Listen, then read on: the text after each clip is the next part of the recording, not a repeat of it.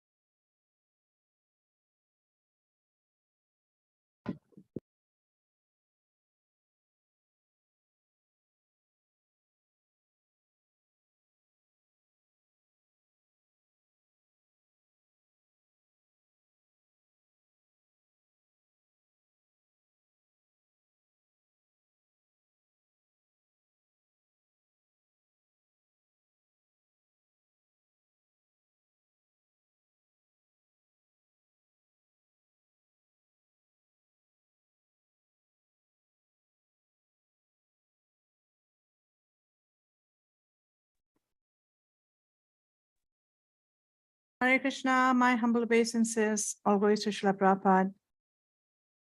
Hare Krishna, Mataji, please accept our humble obeisances.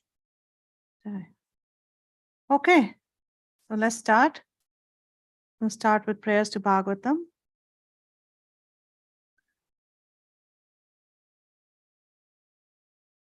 Sarva Shastrabdhi Piyusha Sarva Vedika Satpala Sarva Siddhanta Ratnadya Sarva Loke Kadrik Prada Sarva Bhagavata Prana Srimad Bhagavata Prabho Kalidhanto Deta Ditya Shri Krishna Parivartita Paramananda Pathaya प्रेमवर्षक्षरायते सर्वदा सर्वसेव्याया श्रीकृष्णाय नमोस्तुते मदेकबन्धो मत्सङ्गिन् मद्गुरो मन्महाधना मन्निष्ठार्गमद्भाग्या मद आनन्द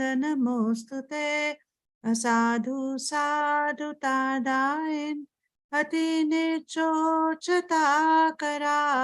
हानामुञ्च कदाचिन्मां प्रेम्णा हृत्कण्ठयो स्फुरा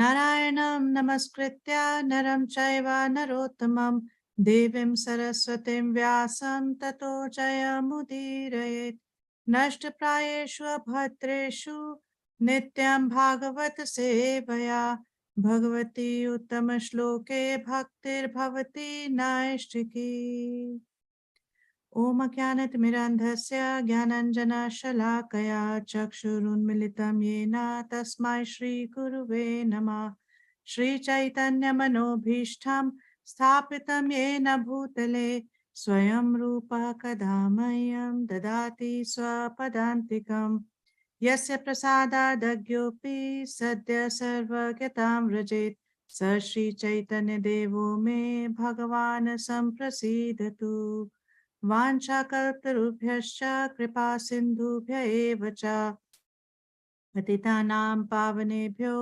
वैष्णवेभ्यो नमो नमः जय श्री कृष्ण चैतन्य प्रभु नित्यानंद श्री अद्वैत गदाधर श्रीवासादि गौर भक्त वृंदा हरे कृष्णा कृष्णा कृष्णा हरे हरे हरे राम राम राम हरे हरे नमो विष्णुपादाय कृष्णप्रेष्ठाय भूतले श्रीमते भक्ति वेदांत स्वामी निति नामिने नमस्ते सरस्वते देवे गौरवाणी प्रचारिणे निर्विशेष शून्यवादी पाश्चात्य देशतारिणे.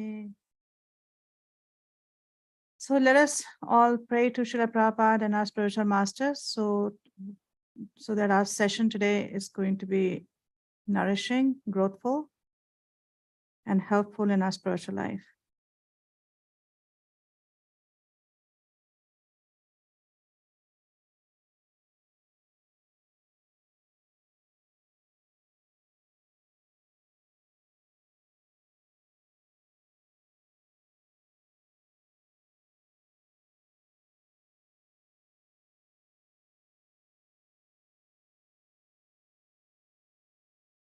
Om Namo Bhagavate Vasudevaya.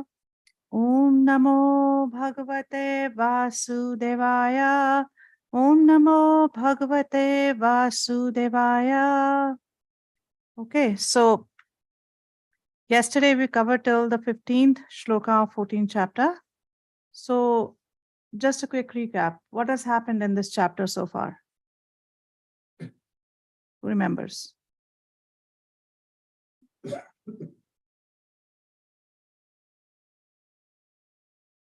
Nobody remembers?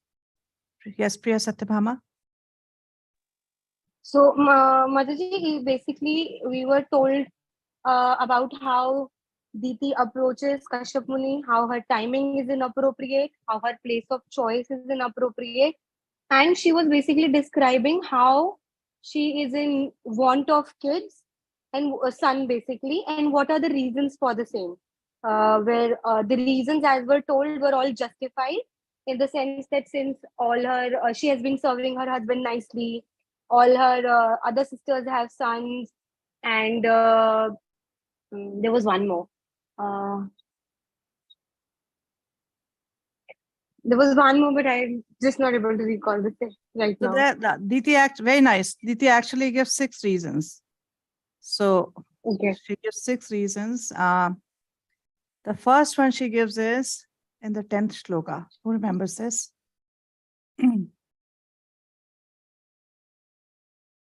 She says that the Cupid is torturing me. I am being tortured by lust. So please satisfy this lust. In 11th, she gives another one. that all my co-wives have children. So please, I also want to have a child. Then in 12, she gives a reason that if you give me a son, and that son will have your qualities, and through his medium, your fame is going to spread. And in 13, she gives that I was attracted to you even before marriage. When my father asked all of our sisters who we want to marry, so I chose you because I was attracted to you even before marriage. And then in 14, she gives another reason that all the 13 sisters, we were married to you, rest all have children, and we have been all faithful to you, but I don't have a child. And the last reason she gives, that when a person in distress approaches somebody, then that person's duty is to mitigate the distress of the person who's approaching. So these are the reasons Diti gives, that why you should have a union with me and what is the purpose. These are my reasons. Okay, so should we proceed? Who's reading first?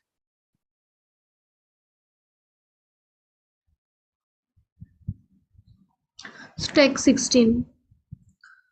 O hero Vidura, Diti, being thus afflicted by the contamination of lust, and therefore poor and talkative, was pacified by the son of Marichi in suitable words.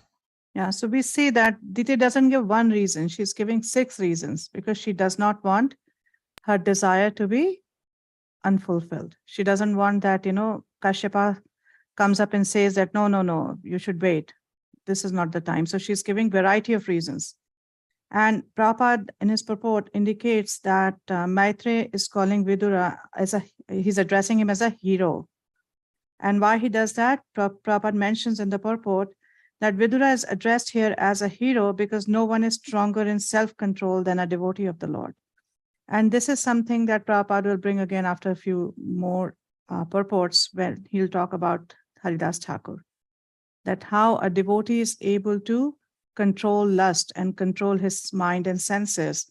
But one who is not a devotee, however powerful that person may be, will not be able to do so. Yeah, Rukmini, you've raised your hand? Yes, Mataji. Mataji, Kashyap Muni is like just a Brahmana, a great learned Brahmana, but not a devotee or not an elevated devotee. Prabhupada will mention after a few purports that he is an impersonalist. He is the grandson of Brahma. He is a very, very powerful personality. He's the son of Marichi, who's a mental son of Brahma. So he's a very powerful personality, but he's not a devotee. He's an impersonalist. So now here Prabhupada in the first line, he says, when a man or a woman is afflicted by the lust of sex desire, it is to be understood as sinful contamination. Why does Prabhupada say this, sinful contamination?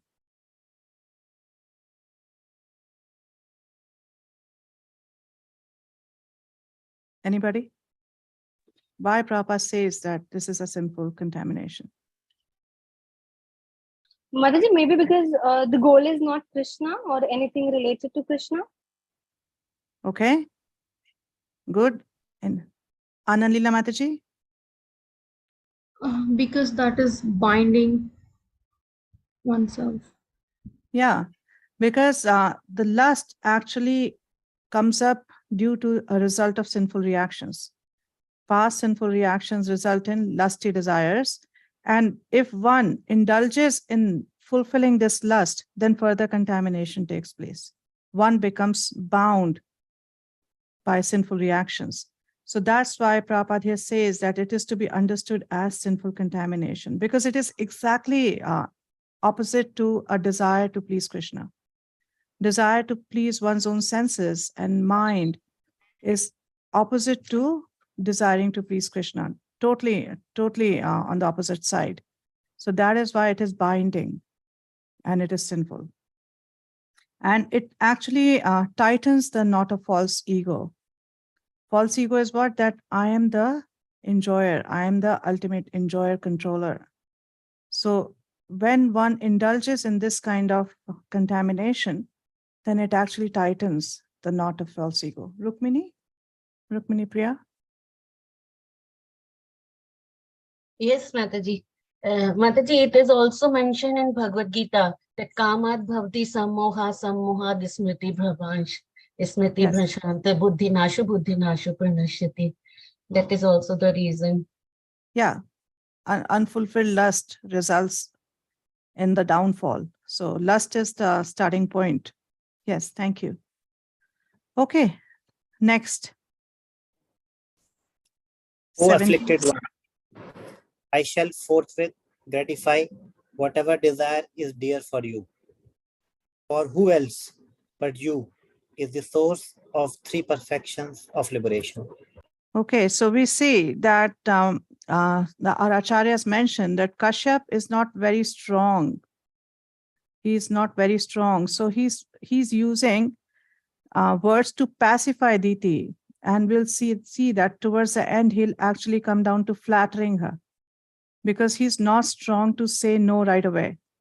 So he's trying to pacify Diti.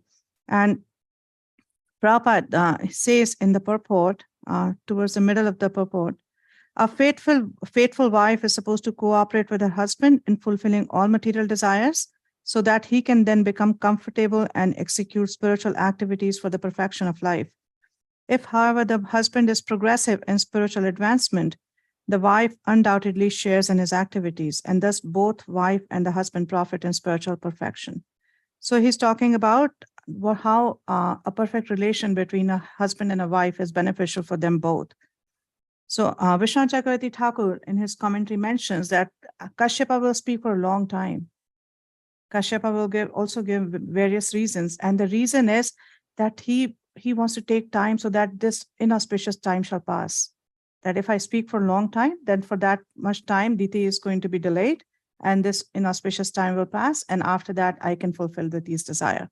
So, and like I said, Prabhupada will also indicate that Kashyap is not a devotee. And we will see, actually, this section gives us a blueprint of how not to have children, or how to have a demoniac mentality. And in this canto itself, towards the end, when we'll see about Devhuti and Kardama Muni, we'll see how, if done properly, sex life can result in a very good offspring who's actually going to be beneficial for the whole society. So here we see that, like I was saying, that Kashyapa is not an ordinary personality. He's the son of, he's a son of Marichi, who's the mental son of Brahma. But when such affliction happens, when such, enjoying mentality takes over, that Purusha Bhava takes over, then your power doesn't really help. What helps is the shelter of the Lord.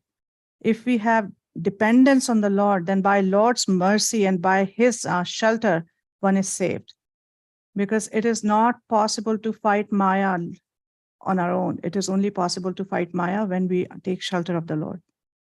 So, and devotee, like Prabhupada will say later on, that a devotee does not fall in this trap, but because nothing in this world is great enough to lure him away from the service of the Lord. Nothing in this world is going to tempt him to actually think about himself rather than thinking about Krishna. So that is how a devotee is protected. And here we will see that however strong Kashyapa may be, how many reasons he will give, but still he'll fall prey. Yes, let's go ahead. Text 18. As one can cross over the ocean with sea-going vessels, one can cross the dangerous situations of material ocean by living with a wife. Yeah, so here he's giving reasons that if somebody lives with a wife in a proper manner, then actually one is saved from a lot of dangers. One is really protected. And in Prabhupada in the purport says that this Vedic Varnashram system is generally known as a caste system. The man who lives with a wife has a great responsibility in maintaining the members of other social orders, the brahmacharis, vanaprasthas, and sannyasis. Except for the grihasthas or the householders, everyone is supposed to engage in the spiritual advancement of life. And therefore, the brahmachari, the vanaprastha, and the sannyasi have very little time to earn a livelihood. by helping the other three sections of society cultivate spiritual values, the householder also makes advancement in spiritual life. Ultimately, every member of society automatically becomes spiritually advanced and easily crosses the ocean of nescience.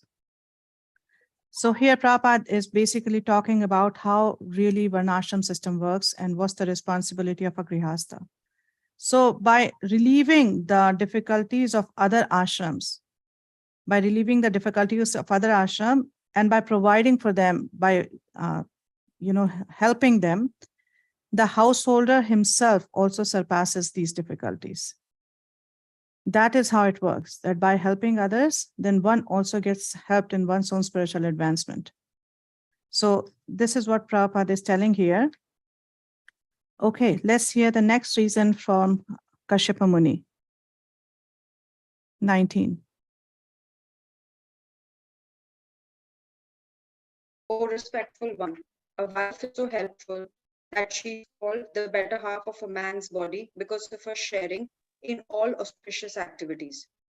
A man can move without anxiety, entrusting all responsibilities to his wife. Yes, so he's talking about in the shloka, it says, Yam ahuratmano hi ardham. That wife is actually the better half. So Prabhupada, towards the end, he talks about marriage is actually a duty performed in mutual cooperation as directed in the authoritative scriptures for spiritual advancement. Therefore, marriage is essential in order to avoid the life of cats and dogs who are not meant for spiritual enlightenment. So we can see that Grihastha ashram is an ashram of great responsibility. Even though there is some amount of sense gratification allowed, but that is responsible sense gratification. It is not that, you can act whichever way, whenever, however, it's not that. It's a life of great responsibility. So that's what Prabhupada is alluding to in his purports. Okay, and even I was remembering this, just struck me that in Bhagavad Gita also, I think it's a purport in the second chapter, maybe, where he talks about accidents on the royal roads.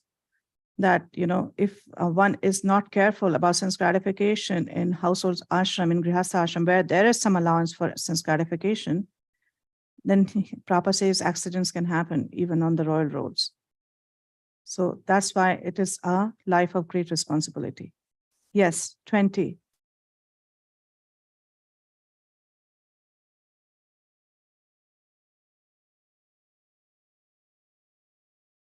Who's reading next? Gita Krishna Prabhuji.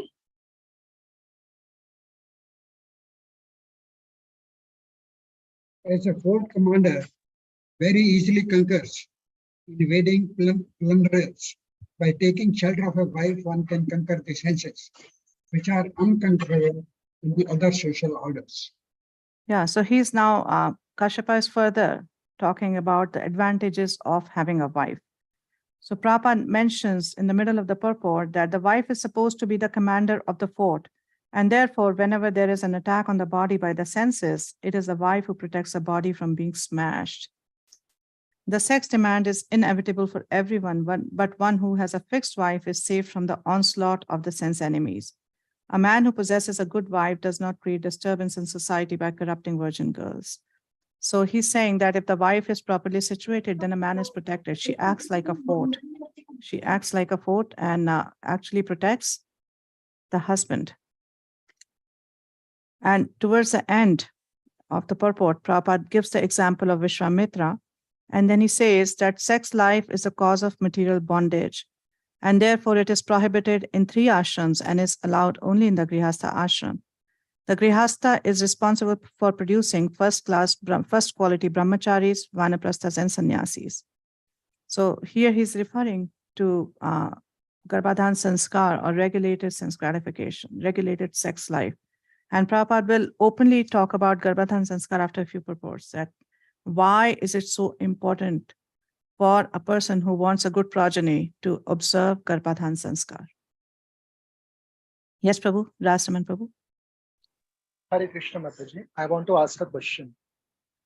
Yes. Mataji, in the translation, phrase is written by taking the shelter of a wife. So I'm not able to understand this phrase. how we can take the shelter of a wife and how we can then move ahead. Okay, Please clarify. if the wife is properly situated and husband and wife know how to cooperate with each other, then when a husband is actually being afflicted by, say, lust, the wife can control him. So that is why it is said that she acts like a fort, and actually by taking shelter is by depending on her for his sense gratification. If you depend on the wife, and if wife is controlled, then automatically the result will be a controlled one. So that's how one takes shelter of her wife. Okay, Mataji. Thank you. 21.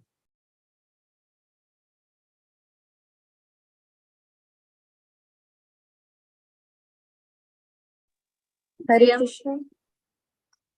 Hare Krishna. Who's reading? O Queen of the home, we are not able to act like you, nor could we repay you for what you have done. Even if we worked for our entire life or even after death, to repay you is not possible, even for those who are admirers of personal qualities. Yeah. So Prabhupada in the purport says, like we discussed, that he's not very strong. So he's first trying to pacify Diti, and he has now come down to almost flattery.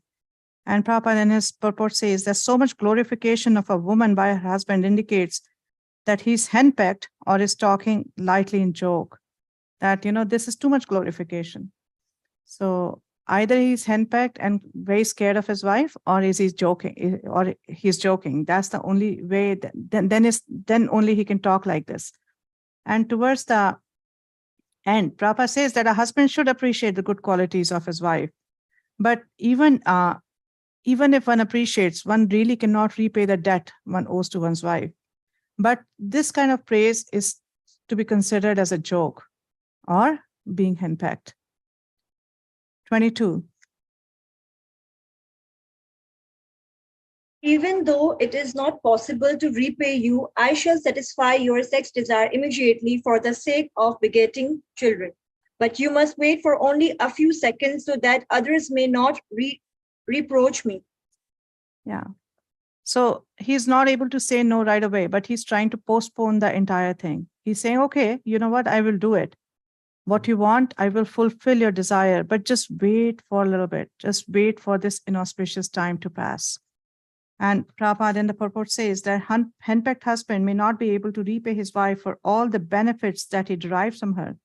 But as for begetting children by fulfilling sexual desire, it is not at all difficult for any husband unless he is thoroughly impotent. Like what he's trying to say is that it is Kashyapa could have given Diti child at any moment. It was not necessary to have that union now. He could have given a child to Diti later also.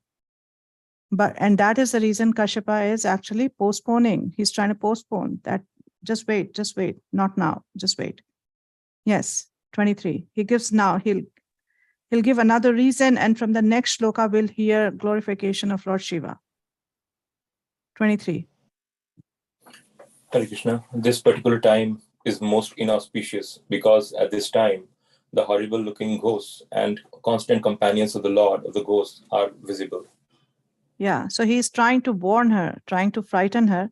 So the words he uses are Ghoratma Vela, like very, very horrible time. Ghora Nam, like it's a horrible act. And Ghora Darshana, that, all the ghosts, horrible looking ghosts are going to be around.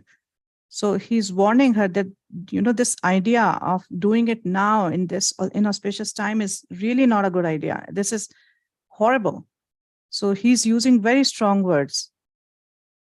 In 24, he says that now he'll start glorifying Lord Shiva, and we'll hear the glories of Lord Shiva from till 29th verse. He'll say that Lord Shiva, the king of ghosts, sitting on the back of his bull carrier, travels at this time accompanied by ghosts who follow him for their welfare.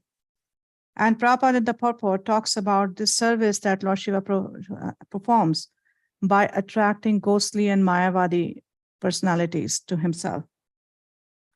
And towards the end, he says that Lord Shiva, being very kind to the ghosts, sees that although they are condemned, they get physical bodies.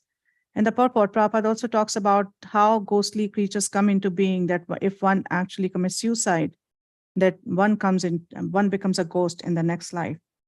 And continuing from Prabhupada's purport, he says he places them into the wombs of women who indulge in sexual intercourse, regardless of the restriction of time and circumstance. So this is an indication that if Diti has an intercourse with Kashyapa now, this is the kind of personality who's going to come in a womb, a ghostly personality. Kashyapa wanted to impress this fact upon Diti so that she might wait for a while. So Kashyapa wants to tell her that it's better that you don't have a child rather than to have a ghostly child, a demoniac child. So, it's better for you to wait. Just wait. Next, 25. Text 25 translation. Lord Shiva's body is reddish and he is unstained, but he is covered with ashes. His hair is dusty from the whirlwind dust of the burning crematorium. He is the younger brother of your husband, and he sees with his 3 eyes. Yeah, so he's trying to impress upon her that Lord Shiva is a great personality, and he's your brother, he's your husband's younger brother. So, maintain some propriety. This is not the right behavior, and he'll be seeing this. He'll be seeing this act of yours, and he sees with 3 eyes. What are the 3 eyes of Lord Shiva? It is sun, moon, and fire. Great, thank you. Sun, moon, and fire. And Prabhupada starts the purport by saying that Lord Shiva is not an ordinary living entity, nor is he in the category of Vishnu, the Supreme Personality of Godhead. So this is something that Prabhupada always clarifies. He always stresses on this, that people may be great, there may be great personalities, but they don't become the Supreme Personality of Godhead. He's far more powerful than any living entity up to the standard of Brahma, yet he is not on an equal level with Vishnu. And towards the end of the purport, the very last lines, Prabhupada says, the forbidden time for sexual intercourse would be noted by Lord Shiva. And this is what Kashyapa is trying to tell Diti. And Diti would meet with proper punishment by giving birth to a child of ghostly character or a godless impersonalist. Kashyapa foresaw this, and thus he warned his wife Diti. So he's warning her that, this is really inauspicious. The result is going to be very, very inauspicious. So please don't do it right now. 26. Lord Shiva regards no one as his relative, yet there is no one who is not connected with him. He doesn't regard anyone as very favorable or abominable. We respectfully worship the remnants of his foodstuff, and we vow to accept what is rejected by him. Yeah. So Kashyapa in the previous shloka, he's saying that he's the younger brother of your husband. So Diti might just say that, okay, if he's your younger brother, then, he's not going to take an offense. We can always ask him not to get offended. So now here, Kashyapa, thinking that Diti might say this, what he's saying that, but even though he's my younger brother, he does not regard anyone as his relative. He is not going to make an exception in your case, thinking that you are his relative. Lord Shiva does not see anyone as his relative. And yet there is no one who's not connected with him. What does that mean? How do we understand that? That there is no one who's not connected with him.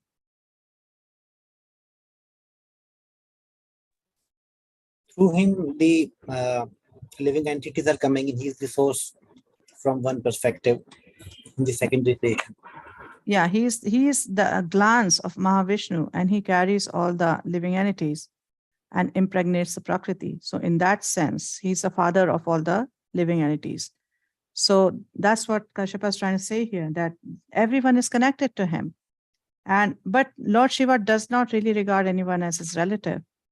And we are supposed to be reverent towards him. We show him reverence by actually honoring his remnants.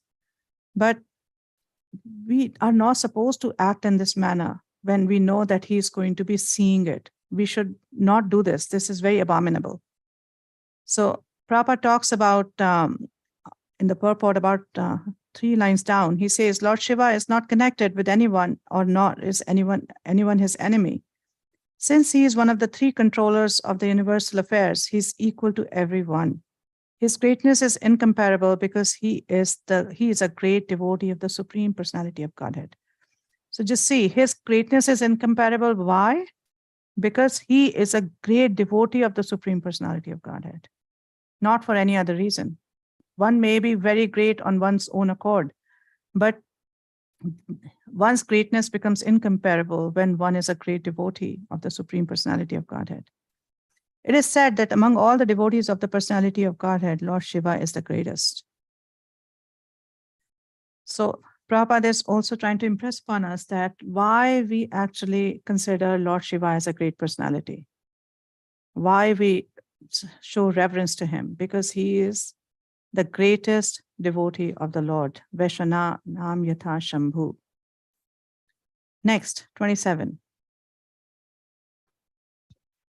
Although no one in the material world is equal to or greater than Lord Shiva, and although his unimpeachable character is followed by great souls to dismantle the mask of science, he nevertheless remains as a devil with salvation to all the devotees. Yeah, so he's talking about it that even though he performs different services for the Supreme Personality of Godhead, but his own character is unimpeachable. There are no faults in his character. And even though whole lot of people in ignorance, like ghostly figures and Mayavadis, follow him, but he still remains untouched by that ignorance. And then he says that he nevertheless remains as if a devil to give salvation to all devotees of the Lord. How do we understand that? He nevertheless remains as if a devil. His appearance is not sober. He has all ashes and everything on him. The appearance is not sober. Yes. Yeah. So he does a thankless job. He's like a devil's advocate.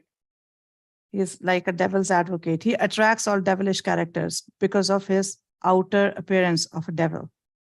And his external activities, all the devilish characters get attracted to him. And by doing this, he is actually performing a wonderful task for all the devotees. So next, 28. Unfortunately, foolish persons, not knowing that he is engaged in his own self, laugh at him. Such foolish persons engage, which is eatable by dogs, with dresses, ornaments, garlands, and ointments. Yeah, garlands and ointments. So here he's saying that people who are unfortunate or foolish laugh at him. So I was remembering a long time ago, I had heard this conversation. Bhurijan Prabhu actually recalls that when he was preaching in Hong Kong, so Prabhupada visited him, and he had an invitation from a society who were worshippers of Lord Shiva. So Prabhupada was considering whether, he should go or not go. So he asked Bhurijan Prabhu, so what do you think? Should I go? They are inviting me. Should I go? So Bhurijan Prabhu says that, Prabhupada, they are worshippers of Lord Shiva, like in a way that, okay, don't go because they are not worshipping Krishna. They are worshippers of Lord Shiva. So Prabhupada immediately turned around and said, so you're criticizing Lord Shiva? And Bhurijan Prabhu said, no, I'm not criticizing. All I'm trying to say is they are Mayavadis. So Prabhupada took, a really strong stand that we should not be criticizing Lord Shiva. He's a great personality. He's a great personality. So in the purport, he says, towards the middle of the purport, in other words, the karmis and jnanis are generally devotees of Lord Shiva, but they do not properly understand his real purpose in life. Sometimes so-called devotees of Lord Shiva imitate him in using poisonous intoxicants. Lord Shiva once swallowed an ocean of poison, and thus his throat became blue. The imitation Shivas try to follow him by indulging in poisons, and thus they are ruined. The real purpose of Lord Shiva is to serve the soul of the soul, Lord Krishna.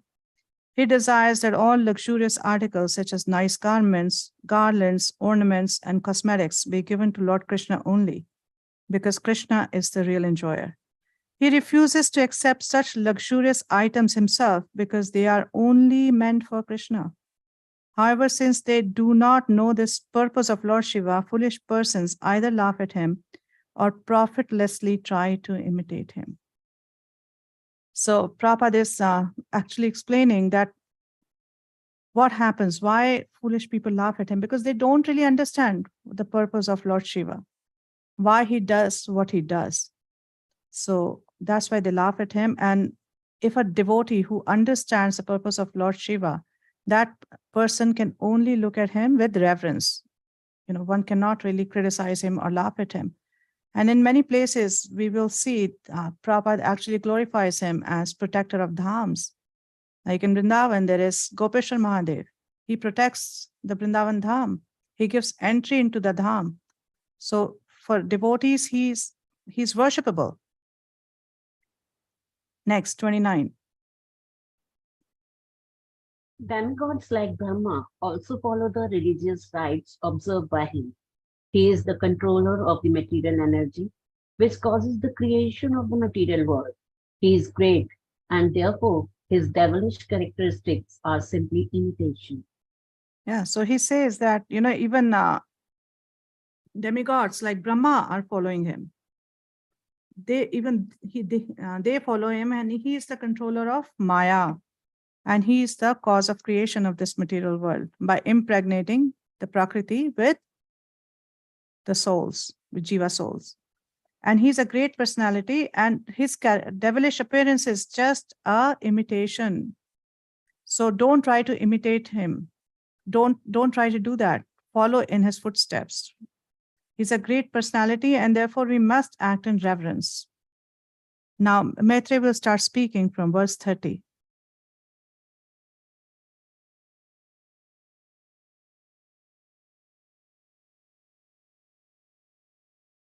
Who's reading? Maitreya said, Diti was thus informed by her husband, but she was pressed by Cupid for sexual satisfaction. She caught hold of the clothing of the great Brahmana sage, just like a shameless public prostitute. Yeah, so the pulling of lust is so strong that she loses all discrimination. Discrimination in sense of how to act and how not to act. She loses it all. And she forces him to have a union with her. In the purport, Prabhupada says, the difference between a married wife and a public prostitute is that one is restrained in sex life by the rules and regulations of the scriptures, whereas the other is unrestricted in sex life and is conducted solely by the strong sex urge. Although very enlightened, Kashyapa, the great sage, became a victim of his prostitute wife. So very strong word is being used here, prostitute wife. Such is a strong force of material energy. So this is a warning. Prabhupada gives a warning that the force of material energy is very strong. So we should not think that, I see Diti could not control it or Kashyapa could not control it, but I'm good, I'm strong, I can control this sex desire. So Prabhupada is warning here that actually one should not underestimate this pulling of material energy. It's extremely strong. And we are very, very insignificant. We are very tiny. So don't take this for granted that if I'm able to control now, this is going to be my status throughout. Because material energy can, trap one at any time. So the only shelter is the lotus feet of the Lord.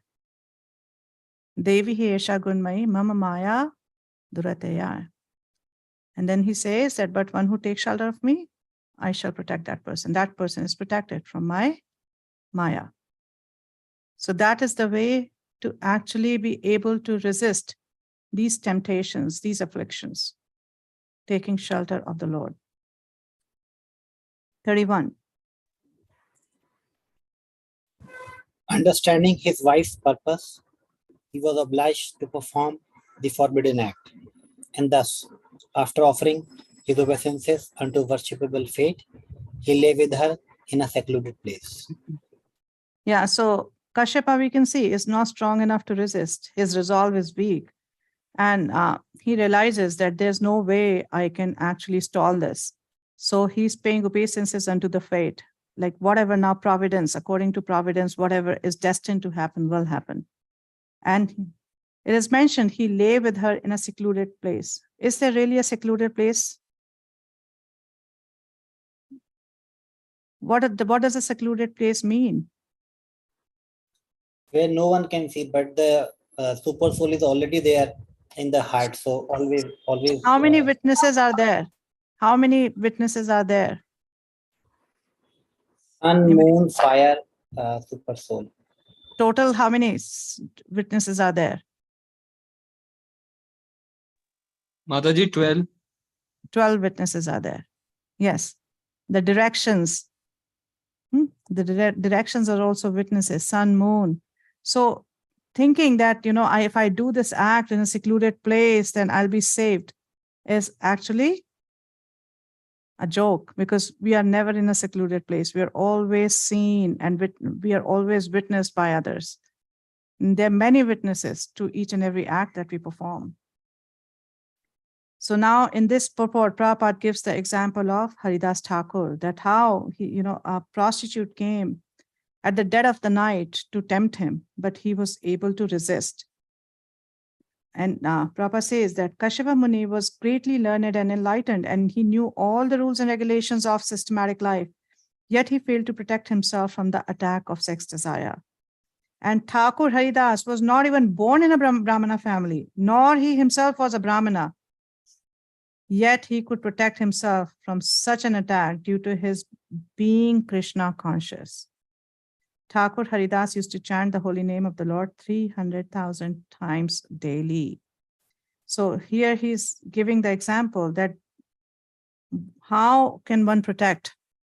What is the real protection? So when we see this example of Haridas Thakur, and we may think 3 lakh rounds, and we are nowhere close to Haridas Thakur. So how are we going to be protected? So in the scriptures, these ideals are given for us to aspire for, that this should be our aspiration, that I need to come to this level of depending fully on the Lord, depending fully on the holy name. And that is my only protection. So I just want to maybe ask a question, that why are we not able to act like this? Become fully dependent on the Lord? What really stops us becoming fully dependent on the holy name? What really stops us? What are the obstacles? Our laziness, and moreover, the temptation towards the material desires, material things. Prabhu, I missed what you said in the beginning. Say that again. Mataji, I was saying that first of all, our laziness, lack of determination towards the regulated principles, and moreover, temptation towards the material desires, material things in the life. Okay, thank you. Rukmini? As per only one thing, that is mind. Mind. Okay. Okay. Priya Satyabhama? Mind is focused, then we can, no one can stop us from that. And okay, I'll come to that. Priya Satyabhama? Maji, lack of faith, trying to hook up our own plans before we actually accept, okay, this is what Krishna is planned for us. And then even if we chant, then there are so many offenses that we do. Or maybe, Vaishnava Vraj is also one reason which, doesn't let us surrender. And then, anarthas is one broad term that we can take here. Yeah. So thank you very much. Very nice contribution. So if we see everything boils down to lower modes, due to mode of passion and mode of ignorance, the mind is not controlled. The senses are not controlled. We have material desires. We don't have enough resolve. We are weak. So it comes down to lower modes. So till the time we are ruled by these lower modes, we cannot really become sincere. It is not possible. So what do we need to do?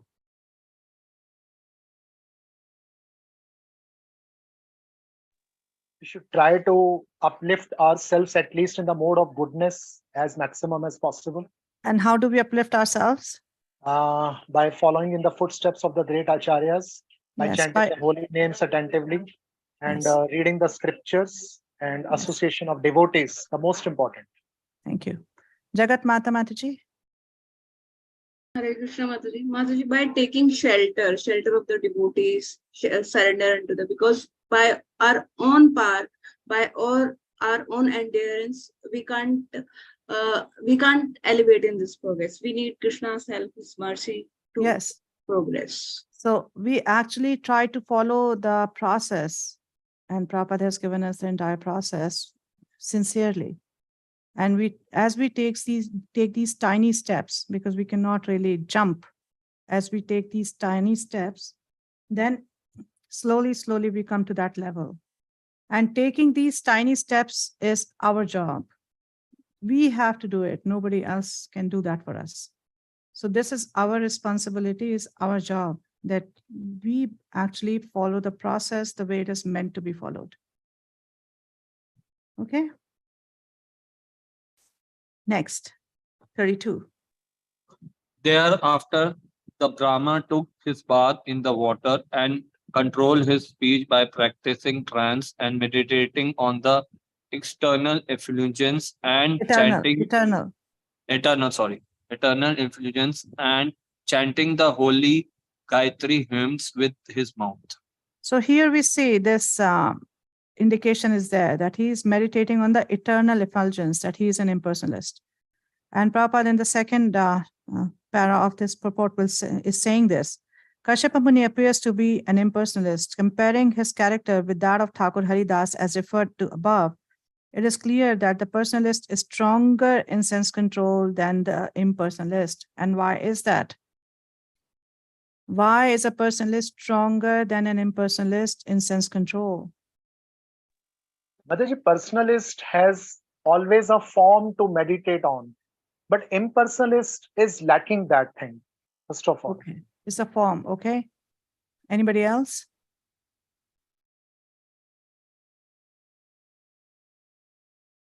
Mataji, in Bhagavad Gita, Lord has said in chapter 12, Teshaham samudharta mrityu sansar sagrat bhavami na chirata mai chetasam. So it is personal undertaking by Krishna. Yeah, but why? Okay, you're saying because he's a personalist and so Krishna takes care of him. Is that what you're saying? Yeah. Okay. Who's Chaitanya Leela? Mata, is it because of lack of reciprocation and lack of service? Okay, yes.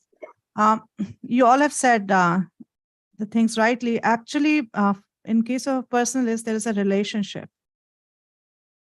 And in case of an impersonalist, there's not a relationship. It's the relationship which actually gives shelter. It is a relationship which actually protects.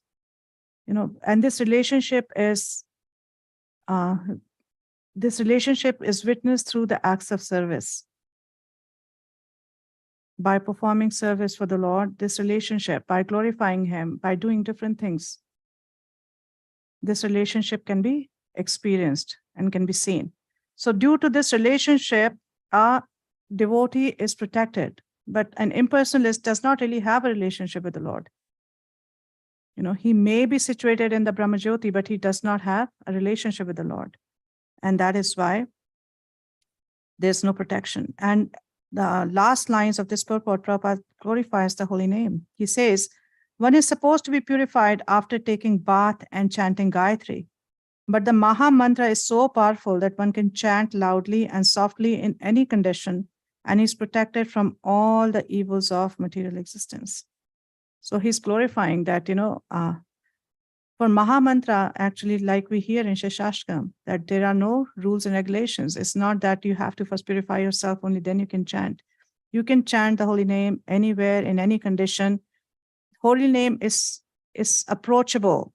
You can approach holy name in whatever condition you are, wherever you are. There are no pre-qualification required. That is the mercy of the holy name. You cannot approach a deity just like that. There are certain rules and regulations. You cannot approach Krishna just like that. But the holy name you can approach without any previous purification, without performing any other purificatory process or any other qualification. So Prabhupada is here talking about the mercy of the holy name.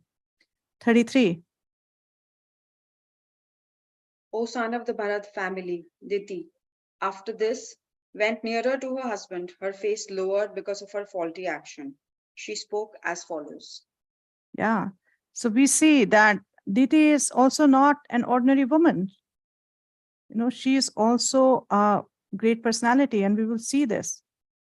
So when pulling of lust, pulling of material energy is so strong, it is very, very difficult to resist unless and until one has taken shelter of the Lord. And this is what we see from this pastime, that however strong you may be otherwise, but if you've not taken shelter of the Lord, you cannot resist the pulling of the material energy. So the moment this act was over, she realized, I have done something really abominable. This was not something I should have done. There were faults in this action, and the result is going to be terrible.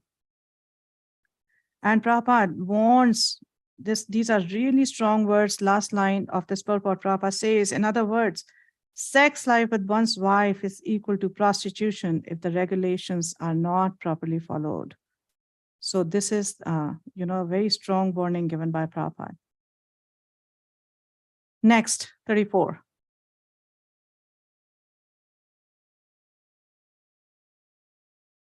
Who's reading next? Gita Krishna Prabhuji. Yes. The beautiful deity said, my dear Brahman, kindly see that my embryo is not killed by Lord Shiva and the Lord of all living entities because of the great offense I have committed against you. Yeah. So now she's worried that, Lord Shiva would have witnessed this act and this would have made him angry.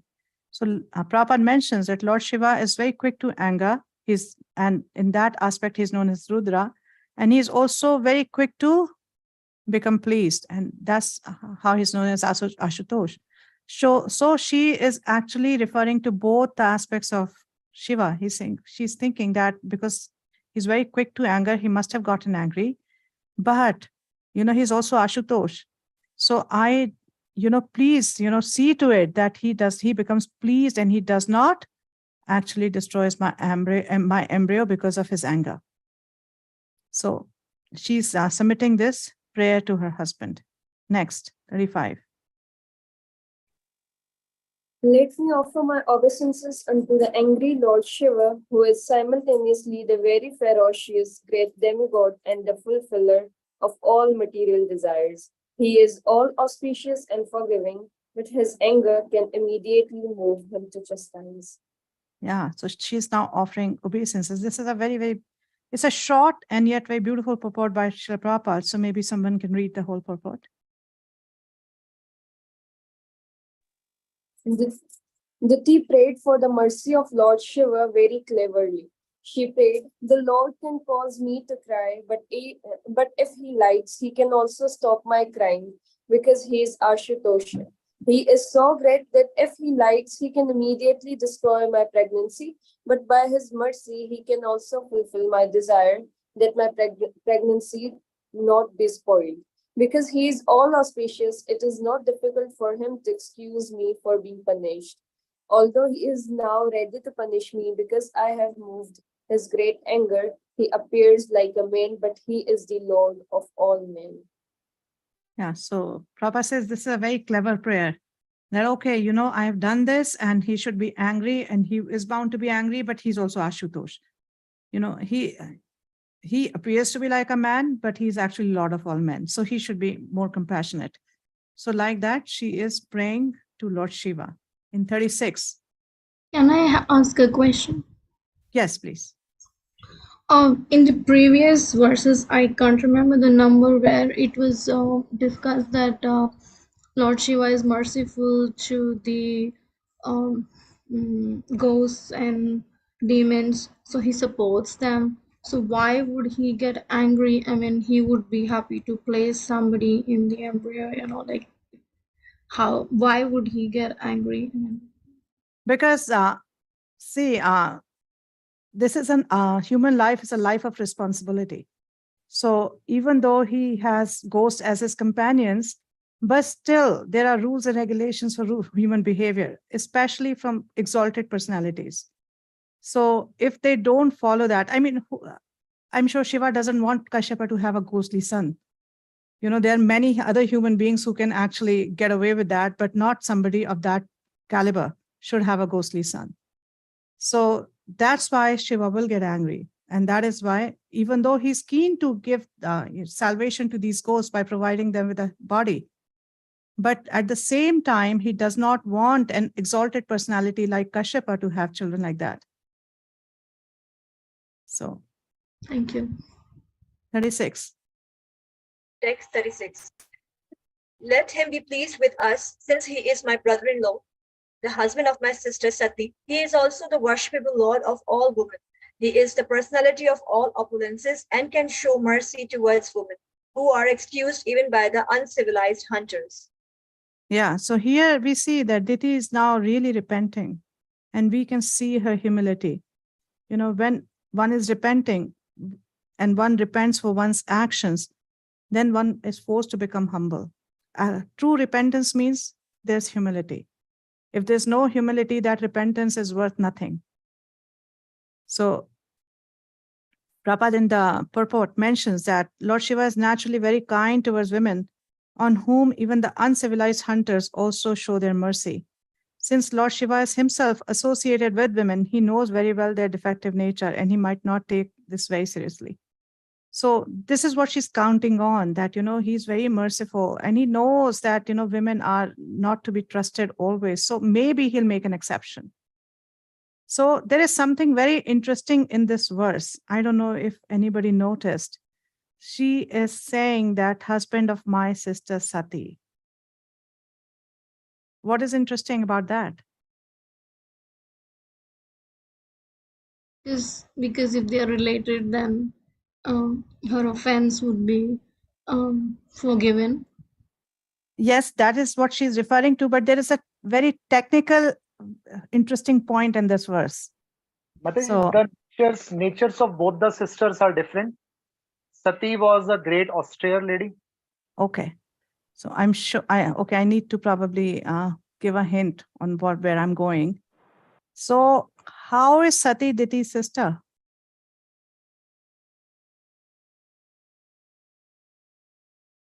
Rukmini? Diti is the daughter of Daksh Prajapati, and Sati is also the daughter of Daksh Prajapati. But in two different Manvantars. Sati is in Swayambhuva Manvantar and Diti is in Chakshusha Manvantar. We discussed this yesterday. Mataji, I might be wrong. I just want to try. That Sati also made mistake. So she is also. But not this kind of a mistake, no? Sati just defied her husband. She did not make a mistake like this.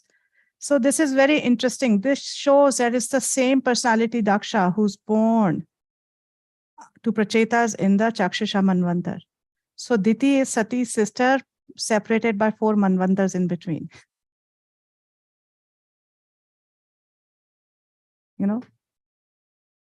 If when in the 4th canto we will read about Sati, we'll see that that was the story of Swayambhuva Manvantar, and here we are talking about Chakshusha Manvantar, because we are going to talk about Hiranyaksha. So this Daksha is actually the son of Prachetas. And I don't really expect you guys to know this because this will all come in the 4th canto, but I'm just saying that, this is how it's very interesting, this particular verse, that she refers to Sati as her sister, separated by 4 Manvantars in between. Okay, next, 37. Rukmini, yes. The Prabhupada is saying that every girl is supposed to be a devotee of Lord Shiva. Yeah. So you'll see that, I now forget where it comes. There is this reference that if a girl wants a good husband, she should worship Lord Shiva. So there are different, in our scriptures, there are different,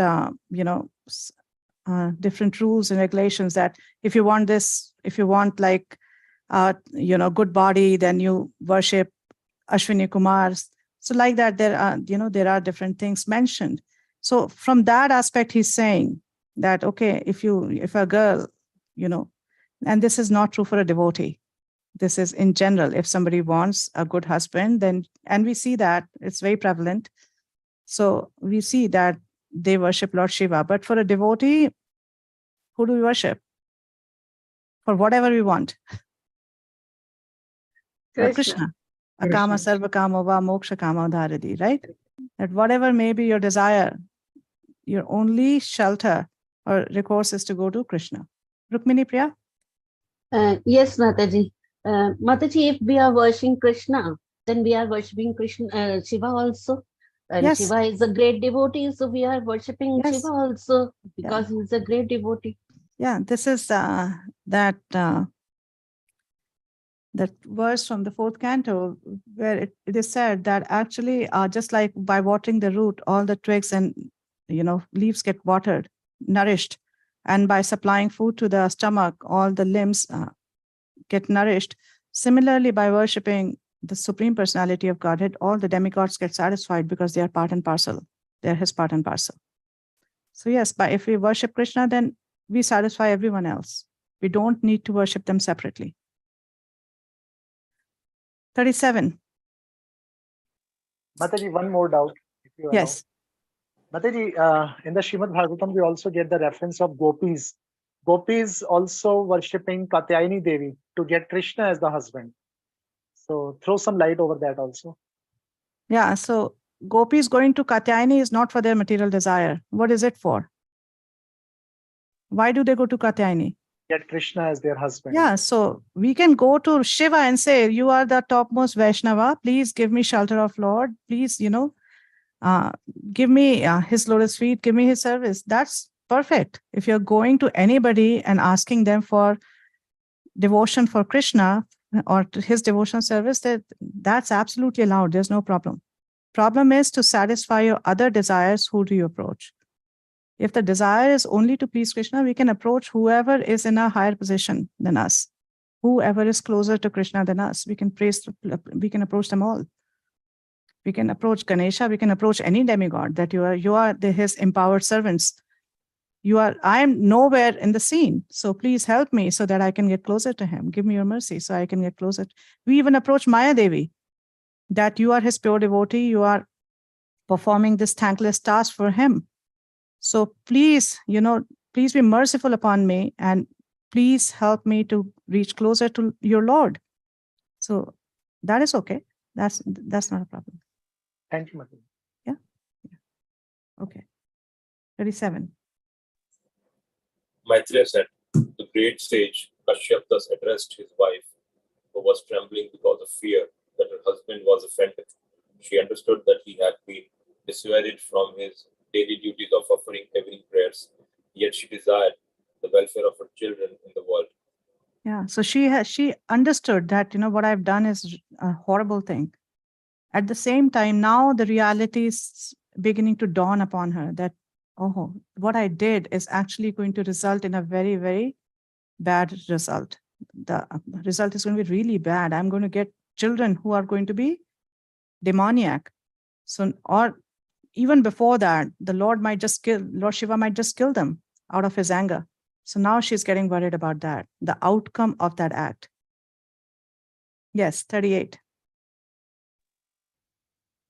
The learned Kashyapa said, because of your minds being polluted, because of defilement of the particular time, because of your negligence of my directions, and because of your being apathetic to the demigods, everything was inauspicious. Yeah, so he gives 4 reasons why everything was inauspicious. First, he says, because of your mind being polluted, your mind was polluted. It was completely driven by lust. So what will happen? So our acharyas say that due to this, Kashyapa is trying to imply that because of your mind being polluted, you'll have cruel sons. Your sons are going to be cruel, very, very cruel. Second, he says, because of defilement of a particular time. So because you did not observe the sanctity of time, that time was not auspicious, and you did not wait for the auspicious time, you will have two sons who are going to be ferocious. Not only are they going to be cruel, but they are going to be ferocious. And then third, he says that because of your negligence of my direction, like I was trying to stop you, I was trying to talk some sense into you, but you didn't pay attention. And because of that, your sons are going to be adharmic. They are not going to follow dharma. And last is because of your being apathetic to the demigods. You did not take into account that demigods, Lord Shiva, are going to be witnessing this act of yours. Due to your neglecting them, what will happen? They will be haters of the Supreme Personality of Godhead. They will hate the Supreme Lord. So these are the kind of sons you're going to have. So this is what Kashyapa is actually trying to tell. And in this purport, Prabhupada is talking about Garbhadhan Sanskar and why is it important to perform this Garbhadhan Sanskar. And just below that, he says that there is a clear indication herein that a Brahmana's son is not always a Brahmana. Personalities like Ravana and Hiranyakashipu were actually born of Brahmanas, but they were not accepted as Brahmanas because their fathers did not follow the regulative principles for their birth. Such children are called demons or Rakshasas. There were only one or two Rakshasas in the previous ages due to the negligence of the disciplinary methods, but during the age of Kali, there is no discipline in sex life. How then can one expect good children? Certainly, unwanted children cannot be a source of happiness in society. But through the Krishna consciousness movement, they can be raised to the human standard by chanting the holy name of God. That is the unique contribution of Lord Chaitanya to the human society. So we see the mood and mission of Srila Prabhupada very clearly in these lines, that everyone should be given an opportunity to come to the platform of Krishna consciousness. And that's the only way to experience any kind of peace in the society. Otherwise, it's not possible.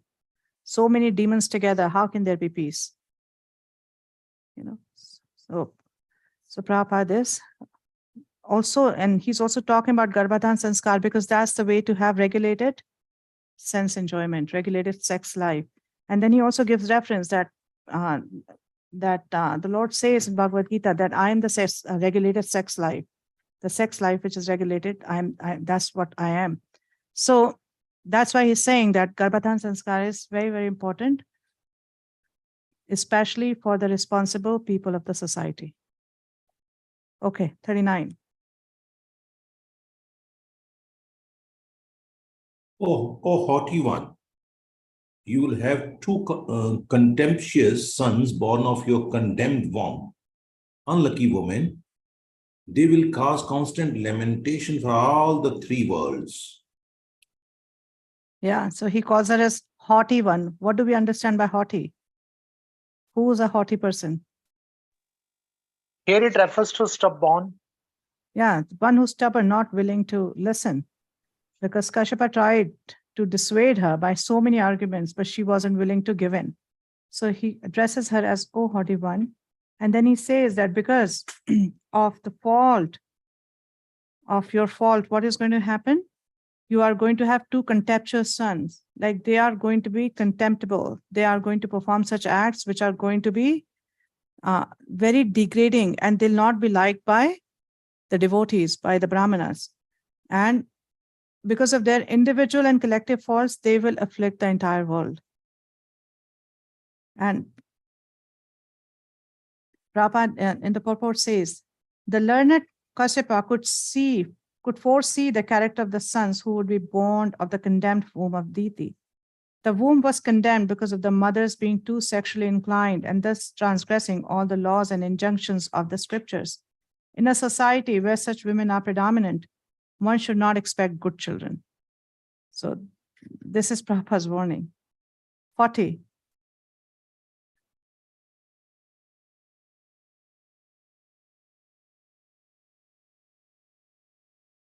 Who's reading? Hare Hare Krishna.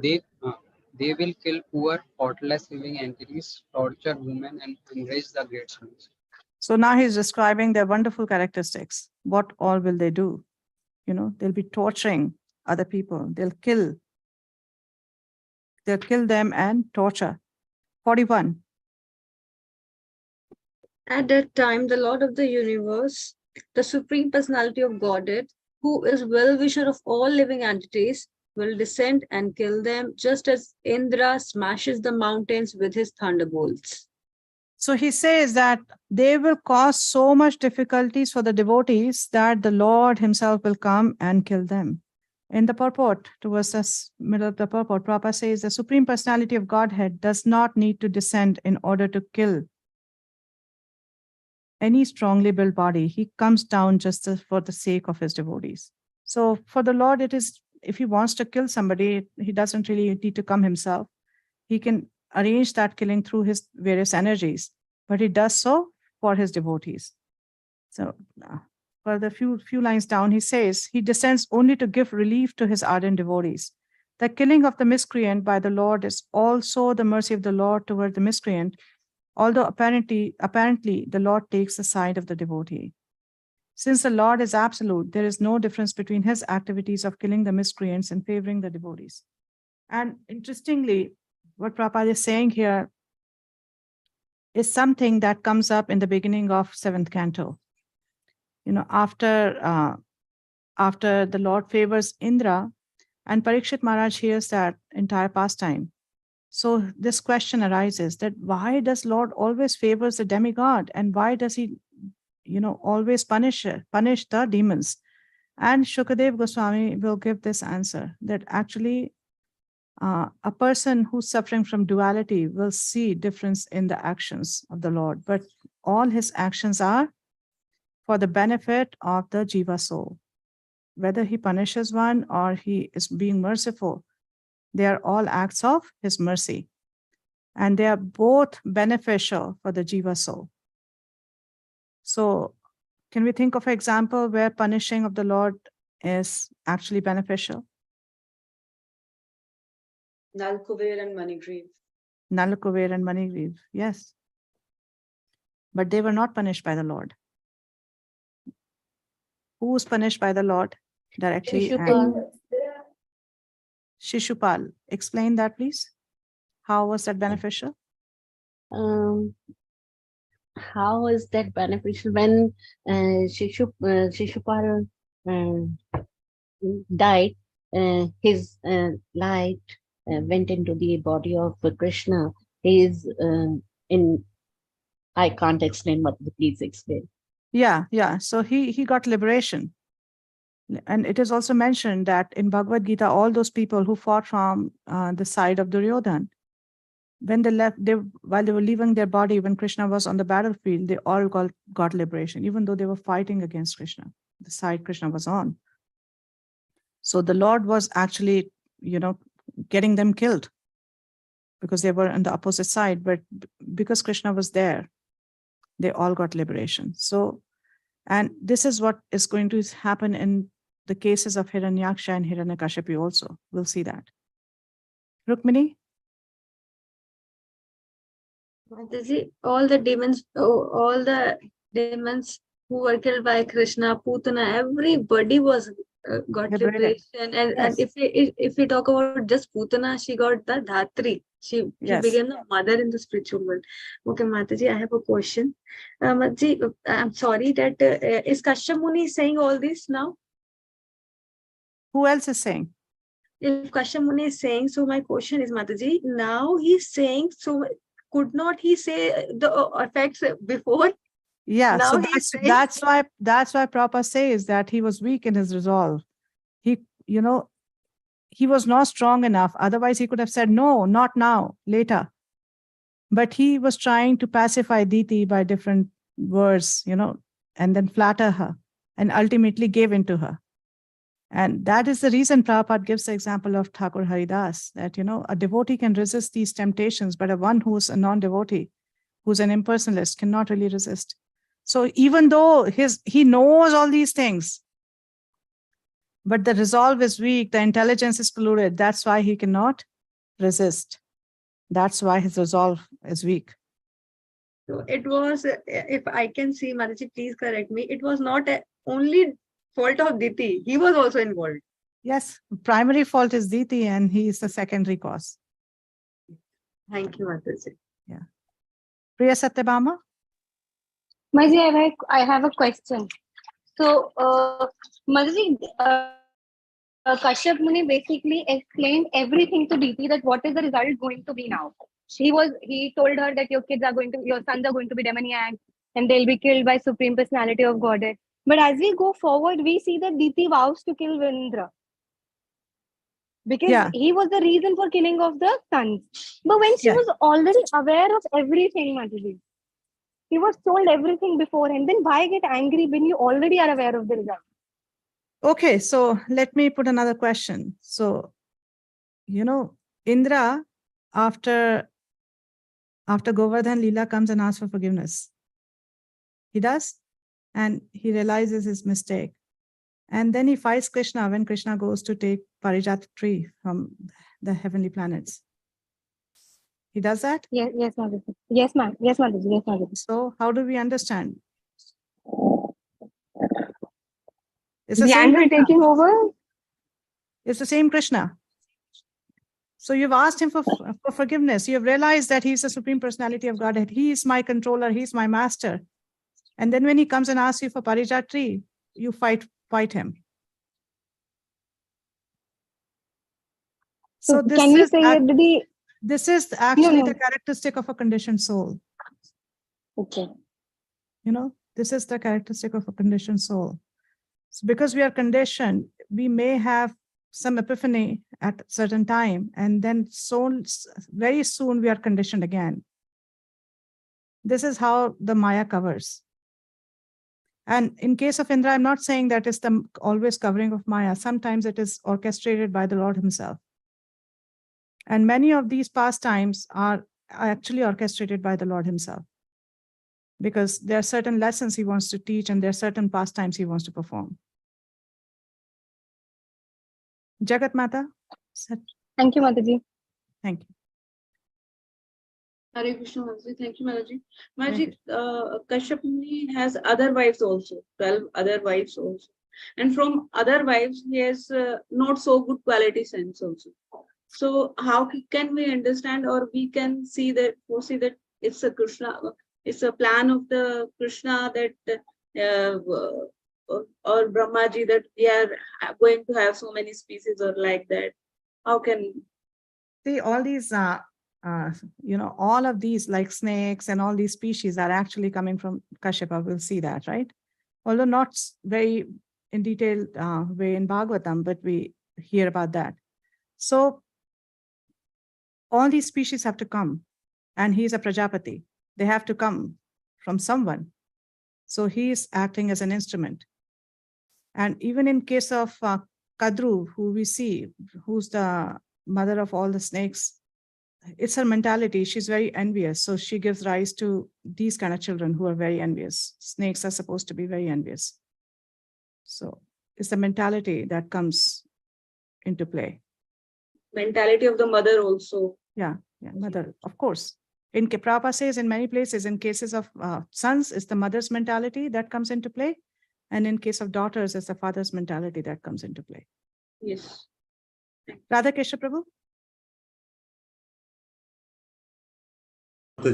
Mataji, you told two things. One is because of something can happen because of the conditioning, or it could be Lord's own arrangement. Now, how to differentiate, or how to say this is because of this or this is because of that? Yeah, so that's where Guru Sadhu Shastra come into play. Everything that we are not able to figure out, everything in which we have a doubt. So those are the three, that team of that three, Guru, Sadhu, and Shastra, we run it by them. And that's how the confirmation happens, whether this is due to conditioning or this is Lord's plan. But at the same time, even, we see in the first canto, Bhishma Dev says to Pandavas that who can understand the Lord's plan? You people who are such wonderful devotees, And all your life, all you've done is suffer. Yeah. Different kinds of suffering. Who can really understand the Lord's plan? So when we now in hindsight, we can see that this is Lord's plan. But sometimes when we're going through the grind, we may not be able to understand. And actually, many times nobody can really understand till the time Lord decides to unfold and make it clear.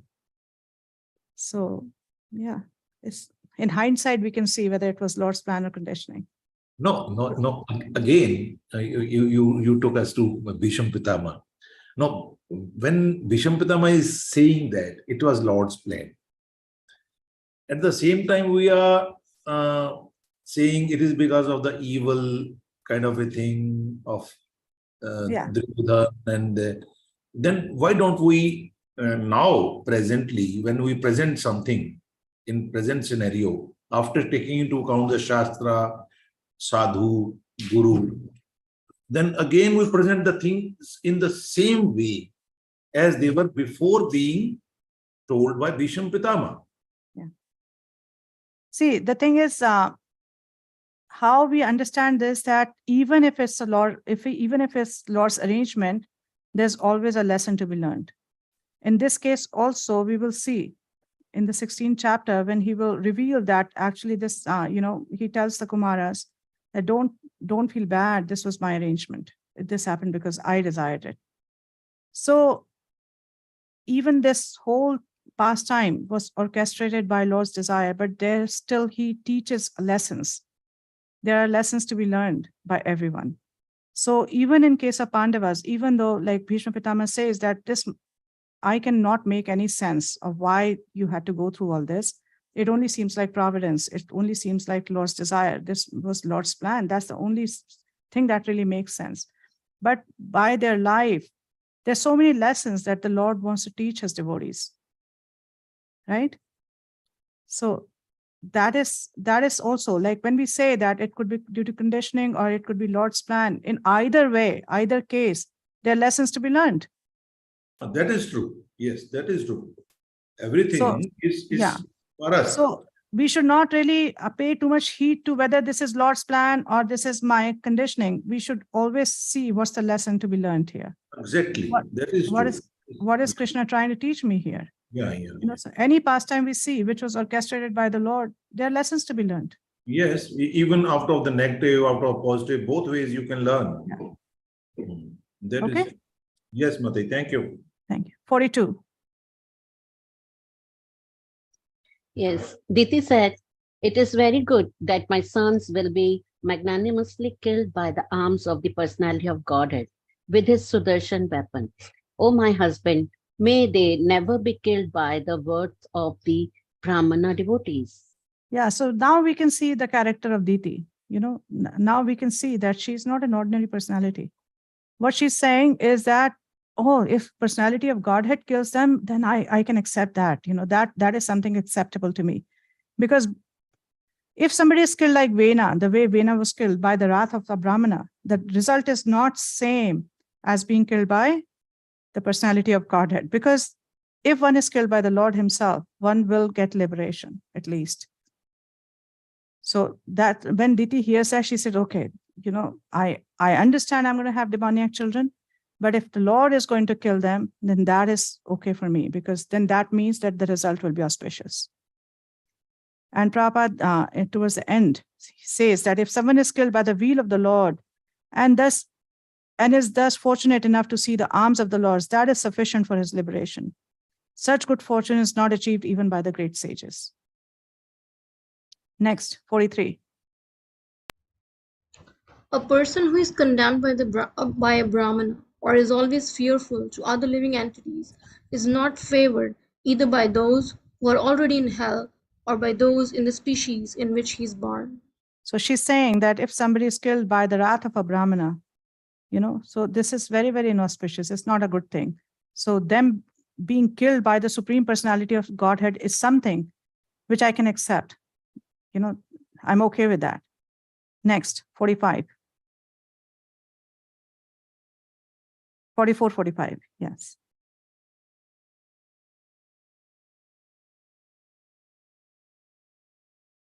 Antaryami Balram Prabhu. My net is not working. Okay. Arvind Charan Prabhuji.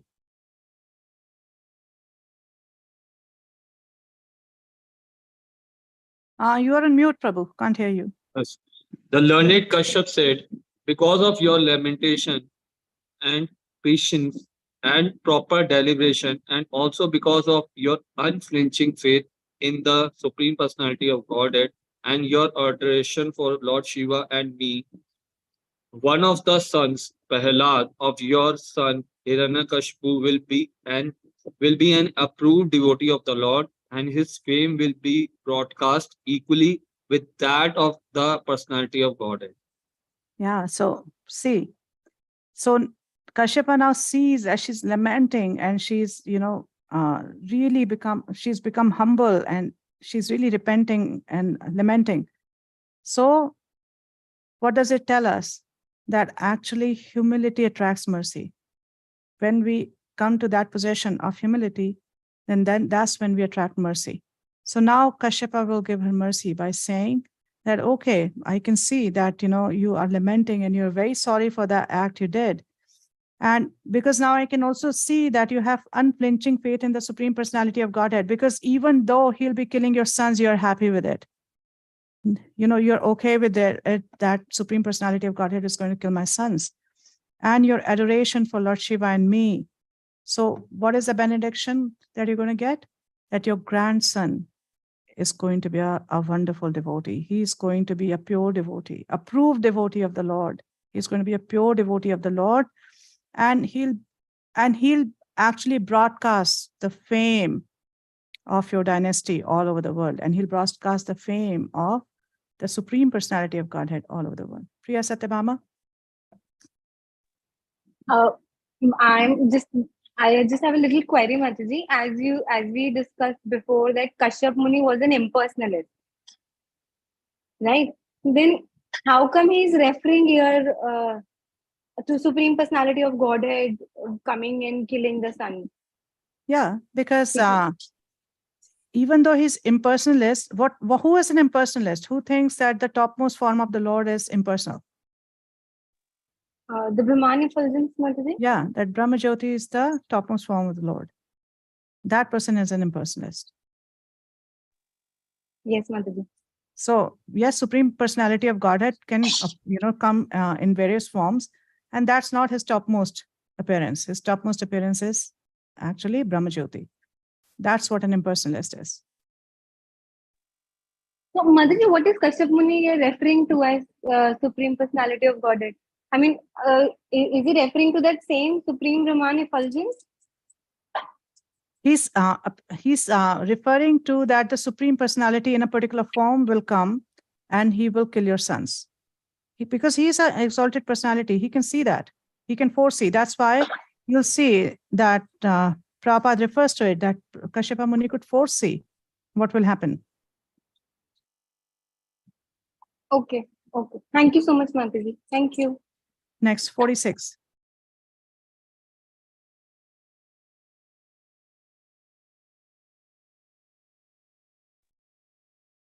In order to follow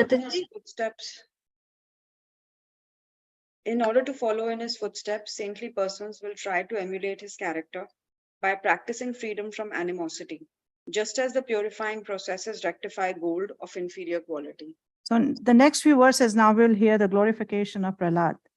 So he'll glorify, and this is his way of actually pacifying Diti, that, okay, your sons are going to be demoniac, they'll be killed, but your grandson is going to be an exemplary personality. So he's giving her some hope that, don't lament too much, because your grandson is going to be a great person. And Prabhupada says that in the purport, he says that he talks about Prahlad Maharaj, that even though he was tortured, he did not really pray for his own protection. And in the second line of the purport, he says that without self-control, one cannot practice freedom from animosity. Yeah? Do we understand that line? How do we really understand that line? Without self-control, one cannot practice freedom from animosity.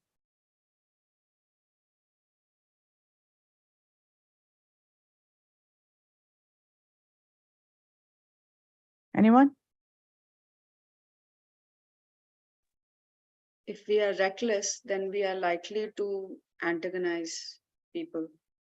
So there will obviously be enemies and we'll be unregulated. Okay. What else?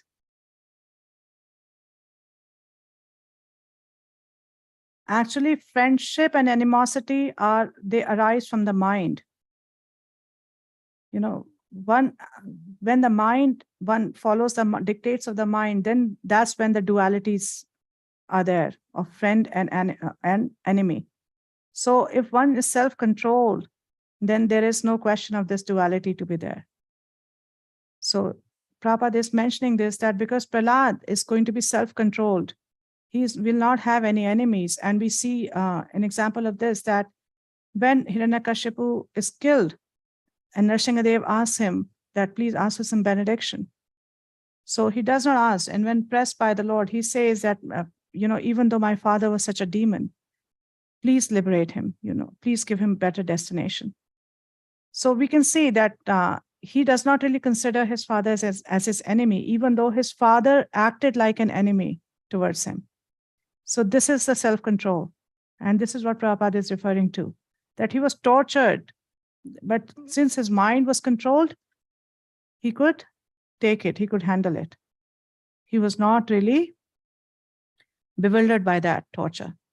And towards the end, he says he did not ask any benediction that he might have asked, but he prayed for his atheistic father might be liberated. He never cursed any of the persons who engaged in torturing him at the instigation of his father. That's the self-control. So it's a very wonderful exercise for us. So we should see if we really have that kind of self-control. When people do something which we are not happy with, or people act against us, plot against us, or we are put in circumstances which are not favorable, then how do we really react? Do we react in a self-controlled way, or does our mind take over? So this is a very good exercise to do from time to time. Rukmini Priya? Yes, Mataji. Mataji, it reminds me of a shloka, Titikshava Karunikam Sukrita Sarvadehinam Ajat Shatriva Shanta Sattva Sadhudesham. It is the quality of the devotees.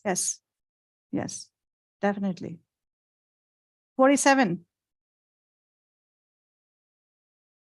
Everyone will be pleased with him because the personality of Godhead, the supreme controller of the universe, is always satisfied with a devotee who does not wish for anything beyond him.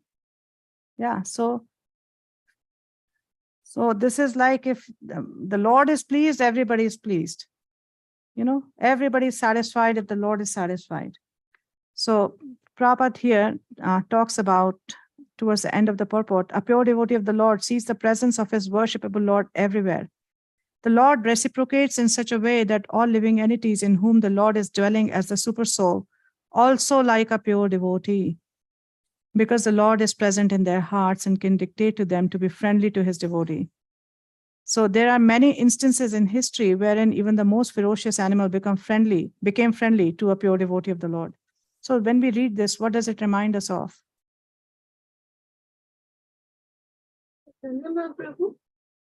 Yes, Chaitanya Mahaprabhu, and also the 6 Goswamis. When we sing the 6 Goswami Ashtaka, so it comes that Dhira Adhir Janapriya Priya Karo, right? Whether one is Dhir or Adhir, they were dear to everyone because they were free from envy. They were self-controlled. Nirmatsara Pujito, right? Okay, 48.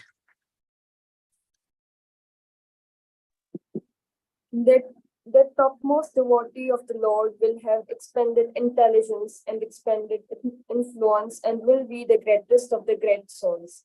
Due to mature devotional service, he will certainly be situated in transcendental ecstasy and will enter the spiritual sky after quitting this material world. Yeah, so he's further describing the glories of Prahlad, that he will have expanded intelligence and expanded influence. the more one is closer to the Lord, the more influence that person has. Because Lord is expanded everywhere. Everything is under his control. So the closer you are to the Lord, the more influence you'll have. That more expanded influence you'll have. And we see an example of this in Brihad Bhagavatamrita when Narad goes to different places, different personalities to see who's received maximum mercy from the Lord. So everyone praises the next ones and actually describes the influence of that person. That, first the Brahmana, he describes the influence of that king, that so many people are influenced by him, so many people are being served by him. And then when he goes to the king, he describes the next one, that, the influence is so much more. Some influence, expanded influence of somebody is a sign of mercy, that person has received mercy in some form. Okay, next, 49. He will be a virtuously qualified reservoir of all good qualities. He will be jolly and happy in others' happiness, distressed in others' distress, and will have no enemies. He will be a destroyer of the lamentation of all the universes, like the pleasant moon after the summer sun. So further qualities of Prahlad Maharaj, we can see here. And Prabhupada says the most important characteristic of a pure devotee is that he is not a lumpert or licentious. And another quality is that he's always eager to mitigate the miseries of suffering humanity. The most obnoxious misery of a living entity is his forgetfulness of Krishna. A pure devotee, therefore, always tries to evoke everyone's Krishna consciousness. We see that Prahlad Maharaj will do this. He will try to make everyone around him Krishna conscious. Next, 50. Your grandson will be able to see inside and outside the Supreme Personality of Godhead, whose wife is the beautiful goddess of fortune. The Lord can assume the form desired by the devotee, and his face is always beautifully decorated with earrings. Yeah. So Prabhupada says that it is predicted herewith that the grandson of Diti, Prahlad Maharaj, would not only see the personality of Godhead within himself by meditation, but would also be able to see him personally, not just within himself, but also personally. That direct vision is possible only for one who's highly elevated in Krishna consciousness. For the Lord is not possible to see with material eyes. That means such a person who's so elevated that he has spiritual vision, he can see the Lord. And then further down, Prabhupada says that a pure devotee becomes attached to one of the eternal forms of the Lord, and the Lord is pleased to appear before him in the form desired. Yadya dhyata urugaya vibhavayanti tattad vapu pranashyate sad anugrahaya. That the way a devotee meditates on the Lord, that is a form in which the Lord appears in front of him. That is the mercy of the Lord, because he knows that this is my devotee's meditation, and this is the form he wants to see me in. And that is a form the Lord takes to when he appears in front of that devotee. So last shloka of this chapter, and then we'll take a break. 51. The sage Maitri said, hearing that her grandson would be a great devotee and that her sons would be killed by Krishna, Diti was highly pleased in mind. Yeah, so Diti is very pleased because, like Prabhupada indicated, that if somebody is killed by the Supreme Personality of Godhead, liberation is assured. And that kind of end, even great sages may not get. So she's thinking that, okay, my children are going to be demoniac, but at least they'll be killed by the Supreme Personality of Godhead. So Prabhupada says in the purport that as the wife of a great sage and the daughter of a great Prajapati, Daksha, she knew that being killed by the personality of Godhead is a great fortune. Since the Lord is absolute, his acts of violence and non-violence are both on the absolute platform. Thus end the Bhaktivedanta purports of the 3rd canto, 14th chapter of the Srimad Bhagavatam, entitled Pregnancy of Diti in the Evening. So let's stop here. It's 11:40. So we come back at 11:50. Let's take a 10-minute break, a real break, get up, drink water, walk around. See you in 10 minutes.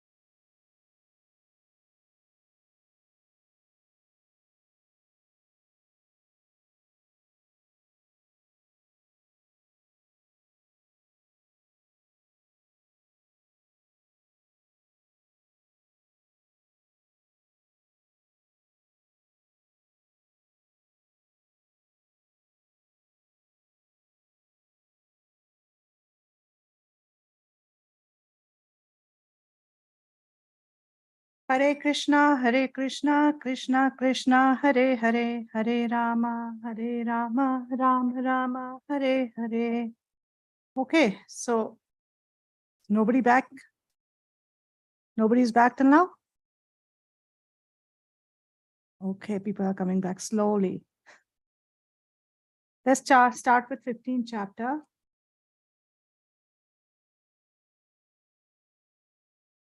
Description of the kingdom of God. So maybe somebody can start reading.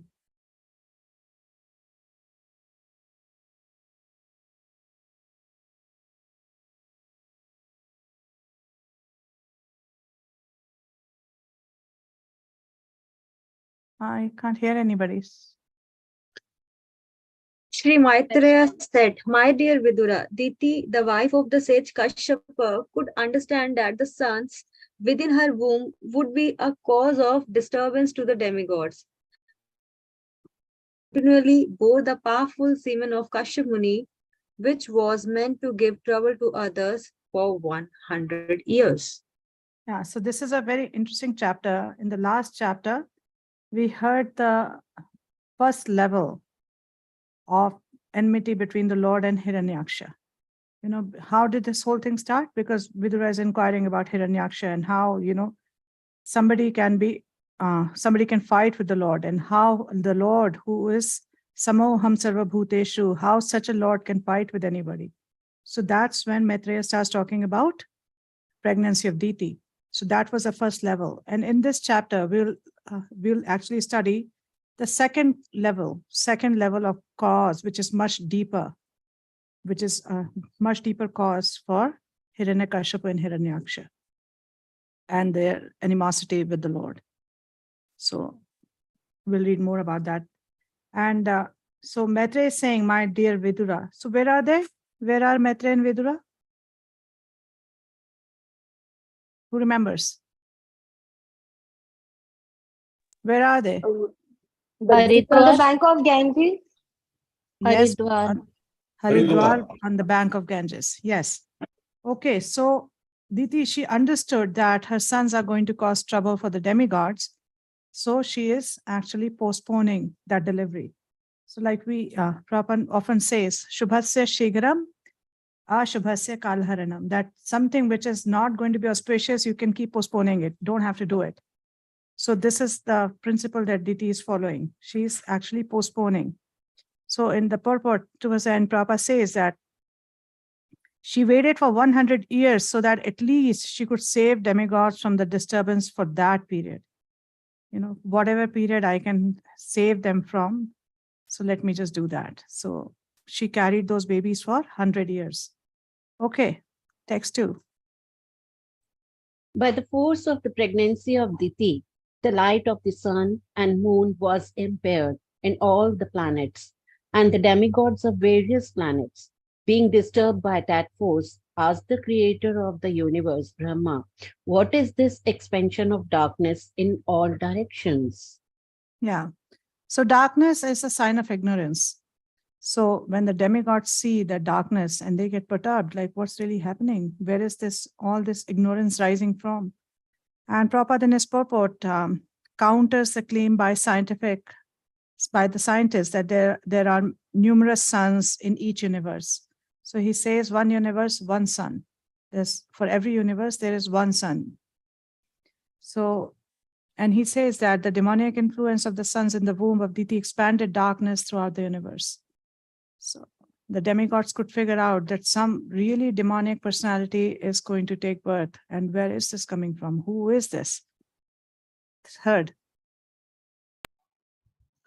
The fortunate demigod said, O great one, just see this darkness, which you know very well, and which is causing us anxieties. Because the influence of time cannot touch you, there is nothing unmanifest before you. So in the last chapter, we heard whose glories? Lord Shiva. And now we are hearing the glories of Lord Brahma.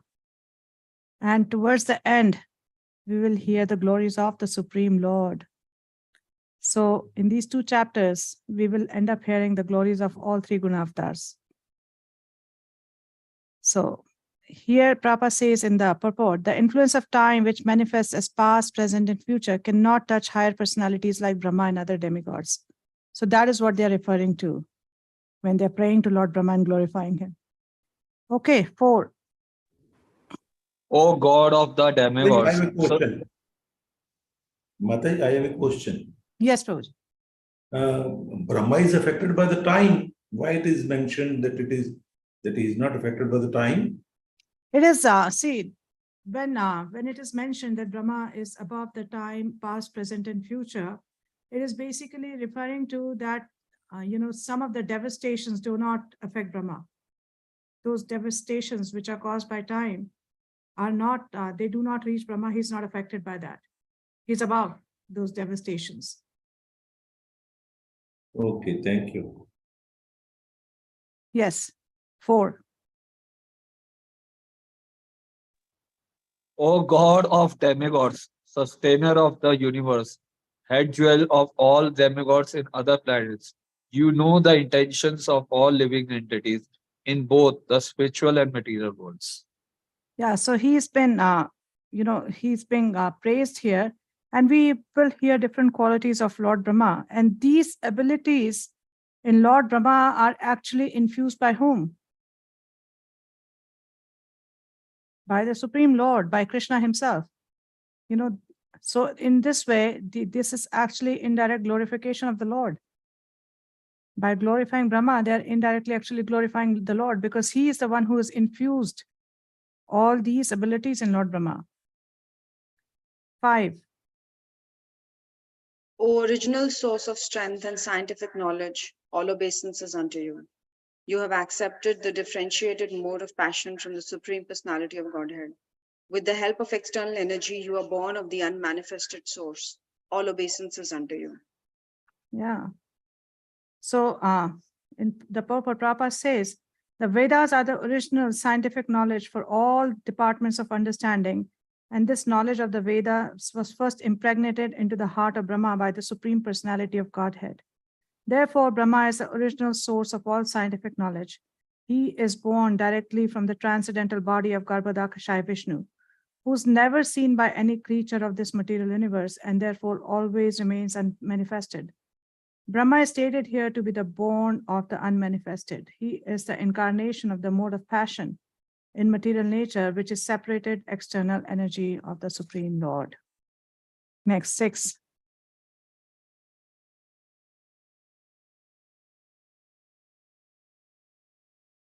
Sita Krishna Prabhuji. O Lord, all these planets exist within yourself, and all the living entities are generated from you. Therefore, you are the cause of this universe, and anyone who meditates upon you without deviation attains the devotional service. Okay, so when they're saying that all living entities are generated from you, how do we really understand that?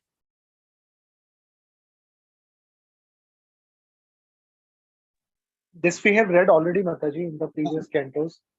Brahma is the chief engineer of this material world. As per the wish of the Lord, Supreme Personality of Godhead, Brahma was ordered to create the progeny. Okay, so so the way we understand this is that the living entities are impregnated by Lord Shiva, the glance of the Lord, Mahavishnu. But their forms are generated in accordance with Brahma and the Prakriti. The forms are given by Brahma. So in that sense, the living entities are generated from you. Okay? Next, 7. There is no defeat in this material world for persons who control the mind and senses by controlling the breathing process and who are therefore experienced, mature mystics.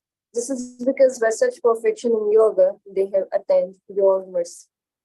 So Prabhupada in the purport will explain what yoga really is. He says the purpose of yogic performances is explained here. It is said that an experienced mystic attains full control of the senses and the mind by controlling the breathing process. Therefore, controlling the breathing process is not the ultimate aim of yoga. It is a means, but it is not the final aim. The real purpose of yogic performance is to control the mind and the senses. Anyone who has such control is to be understood to be an experienced, mature mystic yogi. It is here indicated herein that a yogi who has control over the mind and senses has the actual benediction of the Lord, for he has no fear. In Bhagavad Gita in 6th chapter, the Lord says, for one who has conquered the mind, for that super soul is already reached. For such a person, super soul is already reached. So this is what Prabhupada is also saying here. And then he says that one cannot attain the mercy and benediction of the Supreme Lord until one is able to control the mind and senses. This is actually possible when one fully serves in Krishna consciousness. A person whose senses and mind are always engaged in the transcendental service of the Lord has no possibility of engaging in material activities, because the senses would get an alternate engagement, a higher taste. The devotees of the Lord are not defeated anywhere in the universe. It is said, Narayana parasarve na kutaschana bibhyati swarga pavarga narkeshu apitulyartha darshana. That this Prabhupada is quoting this shlok. This is from the Chitraketu episode, where, when Parvati curses Chitraketu, and he just accepts that curse. And she's really astonished to see that, this devotee is not really saying anything. He just very humbly bows down and accepts that curse. And then the Lord Shiva tells her that one who is a devotee of the Lord is actually not bewildered in any circumstance. Whether such a person is in Swarga or in Apavarga, wherever he is situated, he sees the Lord, and he is not afraid of any other circumstance, because he sees those circumstances as external. His heart and consciousness are always invested in the Lord. So now next, 8. Living entities within the universe are conducted by the Vedic direction, as the bull is directed by the rope attached to its nose. No one can violate the rules laid down in the Vedic literatures. To the chief person who has contributed the Vedas, we offer our respect. Yeah, so we see this is a culture. We'll see this throughout Bhagavatam, that they don't. Whenever demigods need something, they don't just go and say, "Okay, we need this." First, there's always glorification. They'll glorify, they'll offer respect, they'll offer obeisances. And then they will reveal what's in the heart. Why have we come? So this is a culture. If we want something from somebody, then we should pay obeisances, and we should actually glorify that person's great qualities, and then we can ask for something. This is something that we should learn from Bhagavatam. Next, 9. The demigods prayed to Brahma, "Please look upon us mercifully, for we have fallen into a miserable condition. Because of the darkness, all our work has been suspended."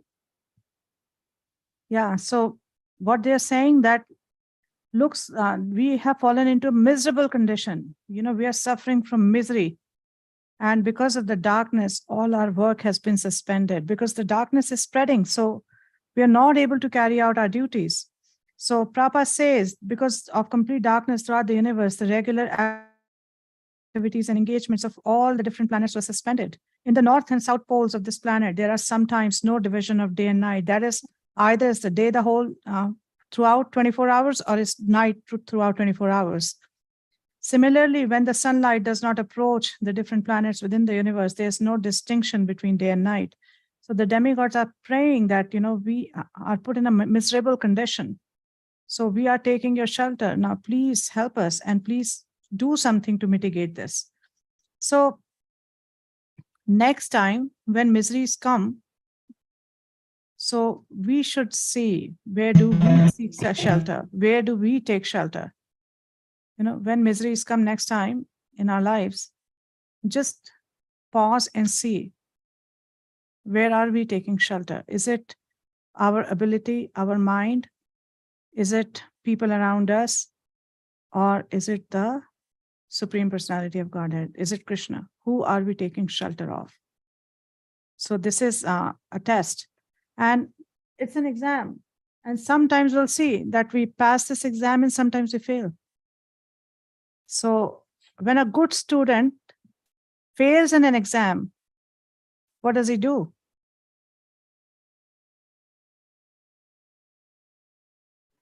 He studies harder the next time. Tries again, Mataji. Tries again, okay. He learns from the mistake which he did, then he tries again. Okay, I can't. Like so many people are speaking at the same time. I can't make out what's really being said. In the beginning, Mataji, he starts crying and not able to be consoled very easily.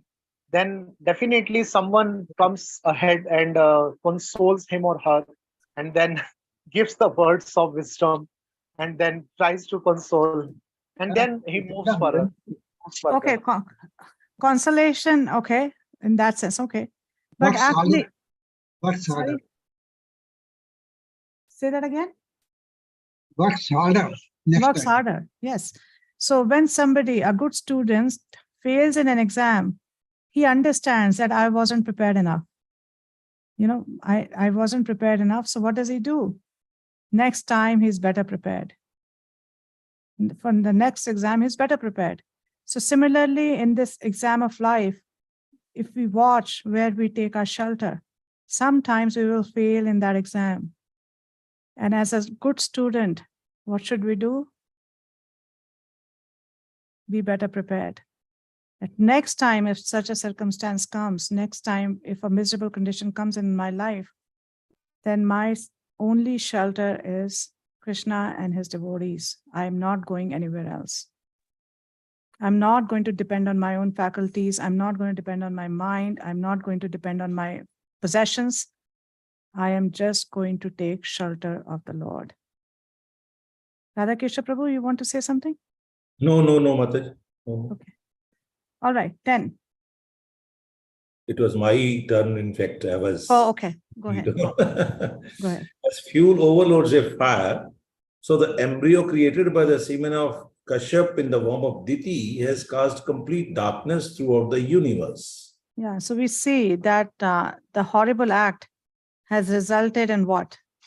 In actually bringing about two sons who are going to afflict the whole world.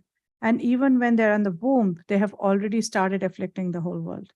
Whole universe is being afflicted by darkness. Next. Sri Maitre said, the Lord Brahma, who is understood by the transcendental vibration, tried to satisfy the demigods, being pleased with their words of prayer. Yeah, so now Brahma has heard their prayers. Now he's going to try and mitigate their distress. Next. Lord Brahma said, my four sons, Sanak, Sanatan, Sanandan, and Sanat Kumar, who were born from my mind, are your predecessors. Sometimes they travel throughout the material and spiritual skies without any definite desire. Yes, so now Brahma is going to start talking about these four Kumaras and their journey to Vaikuntha planet. And from 13th to 23rd, we will hear about the glories of Vaikuntha planet. Like, you know, so it's very wonderful to hear how the Vaikuntha planets are, what really happens there. So Prabhupada says that saintly persons like Sanak, Sanatan, Sanandan, and Sanat Kumar have no material desire, but sometimes they travel all over the universe out of their own accord to preach devotional service. So they travel, just like we know Narad is a traveling preacher. Similarly, the other devotees of the Lord also travel from sometimes one planet to another to give devotional service to others. Next, 13. Yes. After thus traveling all over the universe, they also entered into the spiritual sky, for they were freed from all material contamination. In the spiritual sky, there are spiritual planets known as Vaikunthas, which are the residents of the Supreme Personality of Godhead and his pure devotees, and are worshipped by the residents of all the material planets. Yeah, so when they were traveling, they actually reached the spiritual planets. And how were they able to reach there? Because they were freed from all material contamination. What kind of material contamination? They are not envious of anyone. They're not envious of anyone, yes. What else? There's no lust. There's no lust, yes. No material desires for sense gratification. Yeah, there are no material desires, sense gratification, no conception of aham mameti, me and mine. So such a person who's freed from material contamination can enter the spiritual sky. So sometimes some of us may wonder that, how come I'm not in the spiritual sky? How come I'm stuck in this material world? So this is a checklist. Am I freed from material contamination? If not, then this is the place I belong. I'm meant to be here. So Prabhupada in the purport says, the living entities, however, are actually eternal. They want an eternal home, an eternal residence, but because of accepting a temporal abode in the material world, they're naturally full of anxiety. This place is dukhalayam ashashvatam. This place is full of anxiety. And spirit, soul, and material world are not compatible. They are not compatible at all. So a spirit soul, which ends up in the world of matter, is full of anxiety because it's in a foreign place. This is not a place where it belongs. Next, 14. In the Vaikuntha planets, all the residents are similar in form to the Supreme Personality of Godhead. They all engage in devotional service to the Lord without desires for sense gratification. Yeah. So we are now getting a glimpse of the spiritual world, and the full picture of the spiritual world will be given to us when?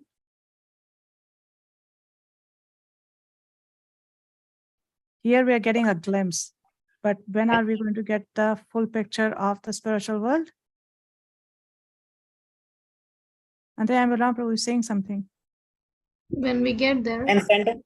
10th canto. 10th canto, yes. In 10th canto, the spiritual world will open up and we will get the full picture of what really happens, what kind of relationships are there, what really goes on.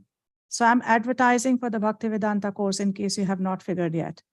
So, that get ready and study the Bhaktivedanta. So these descriptions of the Vaikuntha planets are given in our Shastra. We see even Krishna advertises his spiritual world, his abode in Bhagavad Gita. In many, many places he advertises that, my place is Nashan. It does not need the moon. It does not need sun. One who goes there never comes back. In this way, he advertises it. So these descriptions are given to attract us to the spiritual world. Because if we don't hear or read about the spiritual world, we will remain attracted to the material world. Our attraction for material world will not break. So that's why these descriptions in the scripture are given. Because if we get a taste of a higher place, then we can actually get detached from the place we are in. Param Dashtra Nivartate. Higher taste, and this is the way to get rid of the place we are in. So Prabhupada says that in Vaikuntha Loka, there is no occupation but the service of the Lord. And this service is not rendered with a purpose. It's ahaituki. Although every service has a particular result, the devotees never aspire for the fulfillment of their own desires. Their desires are fulfilled by rendering transcendental loving service to the Lord. Because they have such a burning desire to please the Lord, they don't have any aspiration to please their own desires. The desire to please the Lord is so strong that they never even think of their own desires, that maybe I have some other desire which needs to be fulfilled. That thought does not even comes to their mind. Next, 15. In the Vaikuntha planet is the Supreme Personality of Godhead, who is the original person and who can be understood through the Vedic literature. He is full of the uncontaminated mode of goodness, with no place for passion or ignorance. He contributes religious progress for the devotees. So in Vaikuntha planets, he is in the center. There is no false ego. There is no conception of me and mine. There is no conception of I am the Lord of the universe. So only when one is under illusion, when one is under, one is under the influence of false ego, does one think oneself to be in the center. But when the influence of false ego is not there, and when one can see things as they are, then one knows that Krishna is in the center and I am meant to serve him. So at the end of second paragraph, Prabhupada says the Vaikuntha planets are very dear to the Vaishnavas. For the progressive march of the Vaishnavas towards the kingdom of God, the Lord himself helps us devotees. So the Lord himself helps, because when he sees that all these devotees are trying to please me, their only purpose in life is to please me, then what does he do? He actually helps these devotees in their journey to him. So this is the way to reach Krishna. On our own, we cannot reach Krishna. This is the way.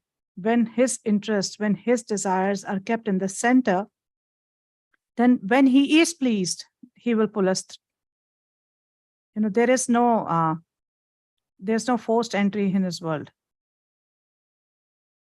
You cannot enter Goloka by force. It is only by invitation. And that door opens from inside, not outside. So we have to always know that. 16th. In those Vaikuntha planets, they are. May I ask a question? Yes, Prabhu. Mataji, like you said that the door opens from inside, not from the outside. So is there the possibility of knocking?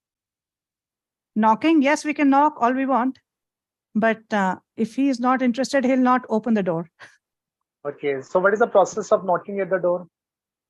Actually, it is said that when we take shelter of the disciplic succession, we take shelter of the acharyas, then they are already there.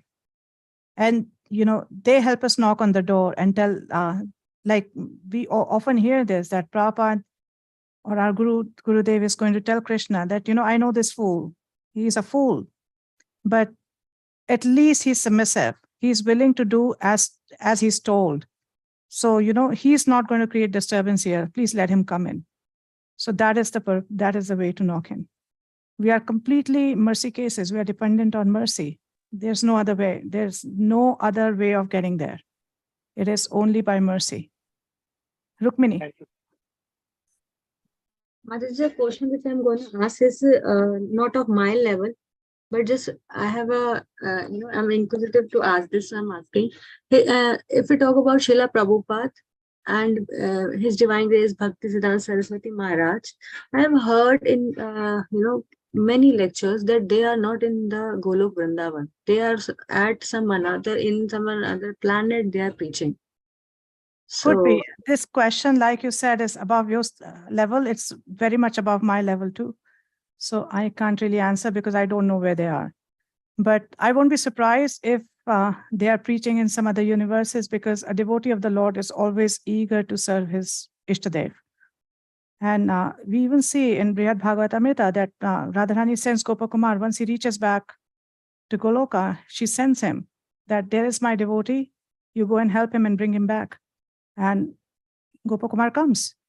So this is what happens. And Prabhupada has said in one occasion that I was in Golok, I was in the spiritual world with the Lord, and I did not want to come. And he said, no, you go and preach for me. And I said, I don't want to go. And he said that I'll protect you. You'll not be, you'll not be afflicted by my Maya. Just go. And then Prabhupada said, then I had to come. So I won't be surprised if they're preaching somewhere. That's how they want to serve their Ishtadev. So yes, very much so. So for a devotee of that level, whether you are physically in Goloka or not is of not much significance, because you experience Krishna at all the times. So service is actually Krishna. This is Krishna in their service. So for a devotee who's at that level, he does not really aspire to return back home, back to Godhead. He aspires for service. And we will see this. It will come in soon enough about Kumaras, and where Jiva Goswami will comment that seeing the Lord is great, but higher platform is to serve the Lord.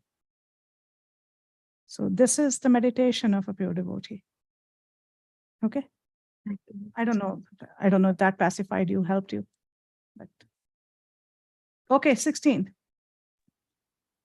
In those Vaikuntha planets, there are many forests which are very auspicious. In those forests, the trees are desire trees, and in all the season, they are filled with flowers and fruits. And because everything in the Vaikuntha planet is spiritual and personal. Yeah. So we can see that, the trees are flowering, they are fruits, and everyone is conscious, and they only have one purpose: how to please the Lord. And the flowers are to please the Lord, the fruits are to please the Lord. Everybody is just trying to please the Lord. That is the oneness and desire. Everyone is trying to please the Lord. And Prabhupada says in the end of the purport, the trees and men have form. Everyone is animate in the spiritual world. Everyone has a form. Everyone is conscious. And because all of them, though differently formed, are spiritual, there is no difference between them. They're all spiritual, and everything is absolute in the spiritual world. 17.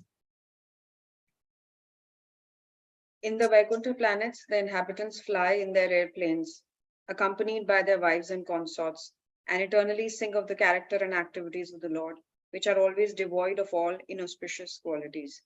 While singing the glories of the Lord, they deride even the presence of the blossoming Madhavi flowers, which are fragrant and laden with honey. Yeah, so more wonderful descriptions of Vaikuntha Vasis. So we can see that they all have single pointed focus and desire to please Krishna.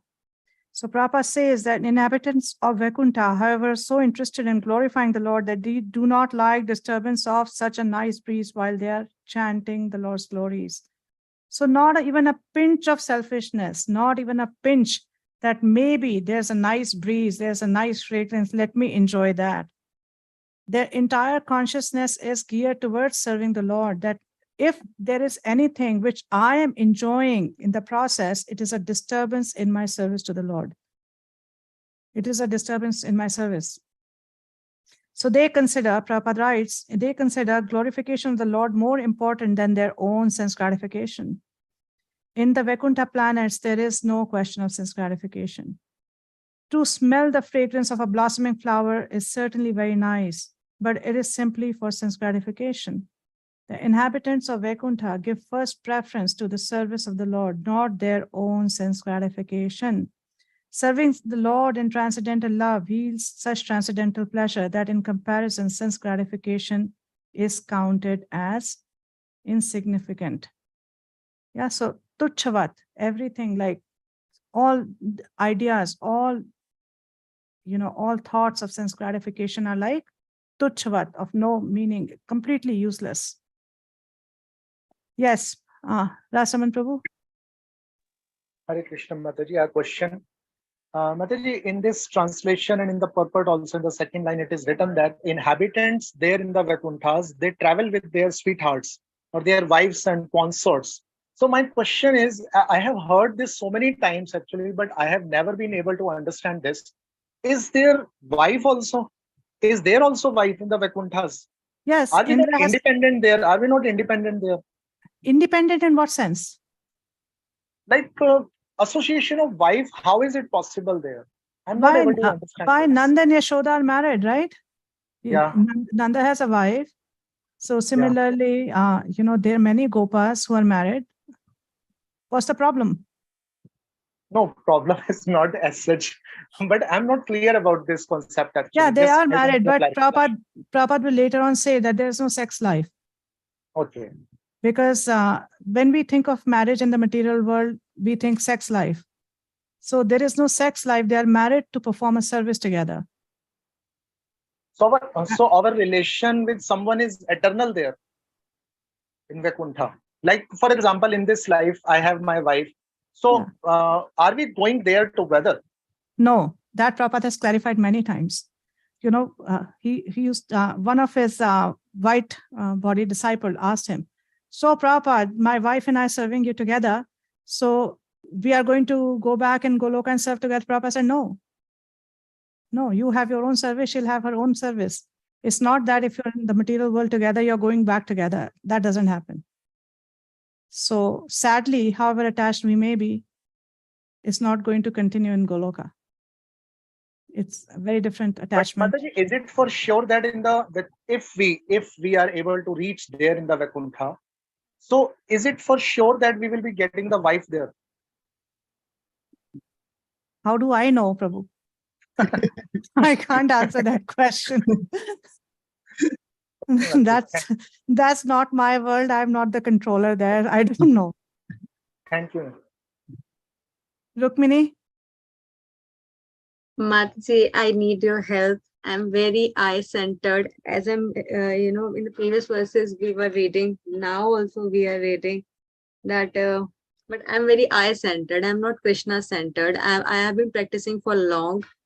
Everything is good. Everything, service, everything is good. But I'm very eye-centered. How to come out of it? Yeah, we are all eye-centered in this material world, and that's why we are here. If we were not eye-centered, we would be sitting in Goloka somewhere. So being in material world means, we suffer from this disease of aham mameti, me and mine, I. So that's the false ego. This eye-centeredness means the false ego is there. So the only way to get rid of it, as Prabhupada says, that by performing devotional service with intensity, sincerity. So that is why it's very important to introspect what I'm doing, why am I doing, what's my reason for doing it.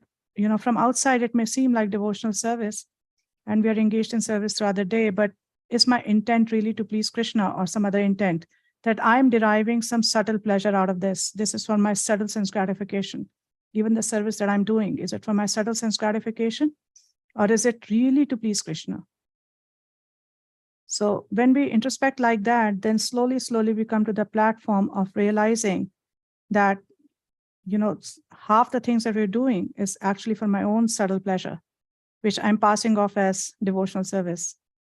And that's when we start to change our consciousness, or to, redirect our consciousness towards Krishna, towards serving him, keeping him in the center. And then that's when miracles start to happen. That's what we have heard. I don't know either. So, so this is how the process works.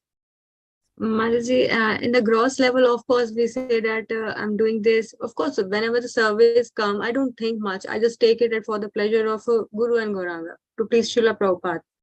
So to please Krishna. At gross level, I know, and I don't know. You please, I request you to please help me that where in the subtle level something is going wrong. How it is going wrong? If you can please help. See, gross level, yes, as devotees, we have heard, and we've been hearing from the beginning that we try to serve Krishna as a devotee. We are das or dasis, and we are supposed to serve Krishna. So, but at the subtle level, because there's desire for enjoyment still in the heart, so this desire is cloaked by this service that we have taken up. And we may say that I'm actually performing devotional service, whereas internally we are enjoying the benefits of that devotional service, the fruits of that devotional service. It could be, I'm not saying in your case, I'm generally saying this, that it could be popularity, it could be some kind of benefit, it could be some kind of, some other kind of gratifications, that some, subtle form of gratification. It may be there. Or just, or just an idea of self-worth that, see, I'm a decent devotee because I'm trying to serve Krishna. So there could be different ways in which, we are enjoying it subtly.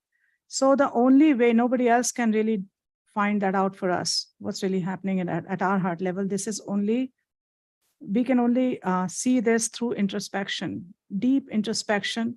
So it's very necessary that for a devotee that, we, from time to time, we take out alone time to introspect and see what's really going on in my heart. Where is my consciousness? Why am I doing what I am doing? So it's very, very important. And when we do that, then slowly, things start, Pandora's box opens. And then we are confronted with so many deep-rooted desires, that this is why I'm doing this. My purpose of the reason I said this, I took this, is because there is this deep-rooted desire in me.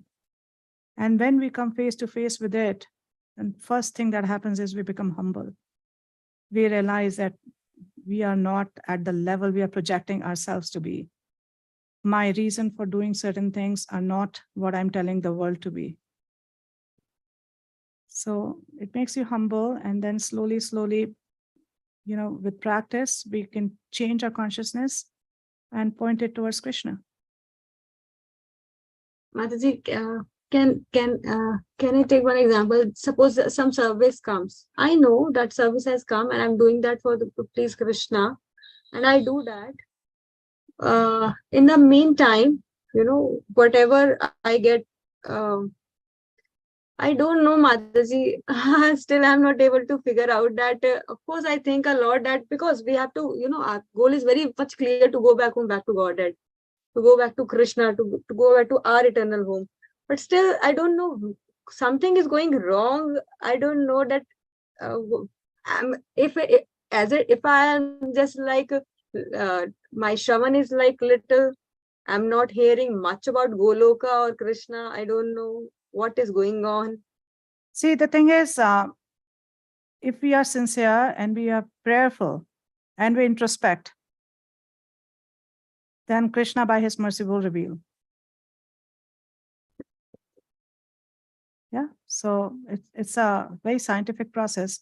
Prayers, sincerity, and seeing where we are at, exploring our own consciousness.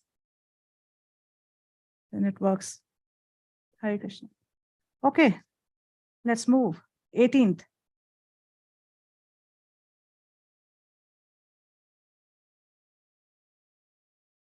Who's reading? Hare Krishna. When Yeah, the king. Yes, Mataji. Jia, go ahead. Okay. When the king of bees hums in a high pitch, singing the glories of the Lord, there is a temporary lull in the noise of the pigeon, the cuckoo, the crane, the chakravaka, the swan, the parrot, the partridge, and the peacock. Such transcendental birds stop their own singing simply to hear the glories of the Lord. So this is so beautiful. Prabhupada gives a very wonderful explanation of this in the purport. He says, spiritual variegatedness means everything is animate. There is nothing inanimate. Even the trees, the ground, the plants, the flowers, the birds, and the beasts are all on the level of Krishna consciousness. In the material world, even an ass enjoys his sound vibration, but in the Vaikunthas, such nice birds as the peacock, the chakravaka, and the cuckoo prefer to hear the vibrations of the glories of the Lord from the bees. So when they see that the bees are glorifying the Lord directly, they stop. They don't make any noise because they are so interested in hearing the glories of the Lord. So this is a Vaikuntha world. Nobody is thinking about, oh, cuckoo is not thinking that I can sing better. I'm better than the bees, so maybe I should sing. They're not thinking like that.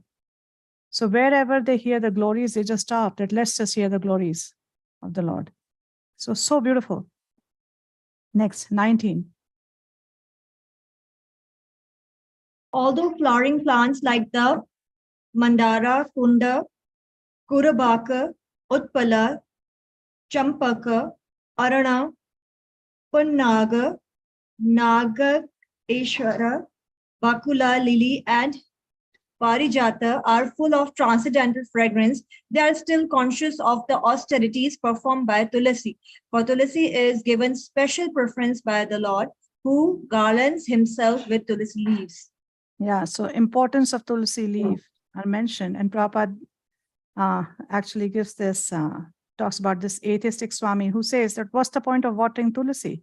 It is better to water eggplant, at least, you'll get something to eat. So Prabhupada is saying, look at these foolish people, who cannot differentiate between Tulasi and an eggplant. And then in the second paragraph of the purport, Prabhupada mentions that why they're able to actually revere Tulsi, because there's no envy at all. they can see that, Tulsi is more pleasing to the Lord. So they are able to pay that respect to Tulsi. So because envy, when we have envy, whoever we have envy for others is an indication of envy for Krishna. If we are envious of anyone, that's an indication of envy for Krishna.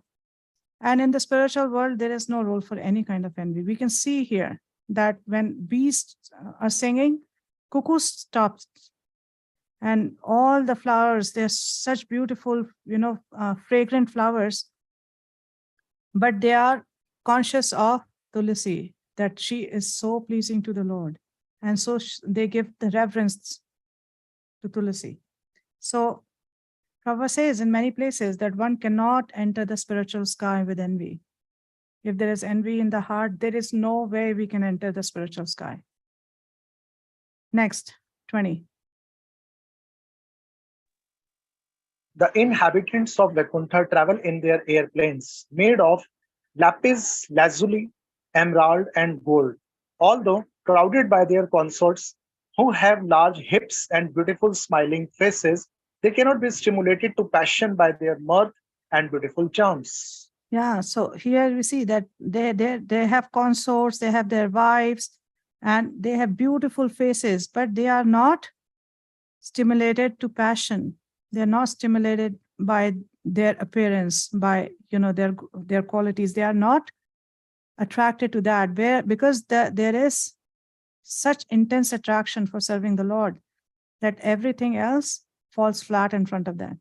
And there is no tendency for independent sense enjoyment in Vaikuntha planets.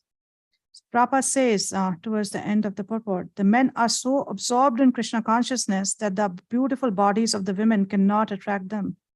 In other words, there is enjoyment of the association of the opposite sex, but there is no sexual relationship. The residents of Vaikuntha have a better standard of pleasure, so there is no need for sex pleasure. So Prabhupada is implying that sex pleasure is so lowly that people who do not have the higher taste actually fall prey to it. So the center of everything is Krishna, and in everyone's heart, the desire is only to please Krishna, and there is no desire for any selfish sense gratification. 21. The ladies in the Vaikuntha planets are as beautiful as the goddess of fortune herself. Such transcendently beautiful ladies, their hands playing with lotuses and their leg bangles tinkling, are sometimes seen sweeping the marble walls, which are bedecked at interval with the golden borders in order to receive the grace of the Supreme Personality of Godhead. Yeah, so something really wonderful.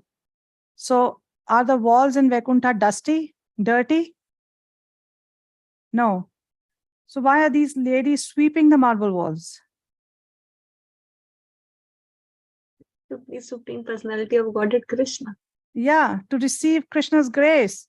This act of service is being performed to receive Krishna's grace. And Prabhupada says that there is no need to sweep the stone in Vaikuntha, for there's hardly any dust on it. But still, in order to satisfy the Lord, the ladies are always engaged in dusting the marble walls. Why? The reason is that they are eager to achieve the grace of the Lord by doing so. Yeah. So basically, what they want to do, they want to please the senses of the Lord. And in the end of the purport, he says, even the goddess of fortune needs the Lord's grace in order to be happy. We need Lord's grace to be happy. Yet in the material world, even Brahma, the highest creature being, seeks the favor of Lakshmi for happiness. So this should be the meditation of a devotee. How can I please Krishna? And these attempts to please Krishna is what bhakti is. My attempt to please Krishna, even those little attempts, those small baby attempts, are actually bhakti. When I'm conscious that by this act, I want to please Krishna. That is what is counted as bhakti. So in Chaitanya Charitamrita, there is this shloka which comes that Atmendriya Priti Vancha Tare Balikam, that when one's trying to satisfy one's own desires, it is calm, it is lust. Krishnendriya Priti Cha Dhare Premanam, that if somebody is trying to satisfy Krishna's desire, his senses, then that's what prem is. They are two sides of a coin, lust and love. When I am in the picture, it is lust. When Krishna is in the picture, it is love.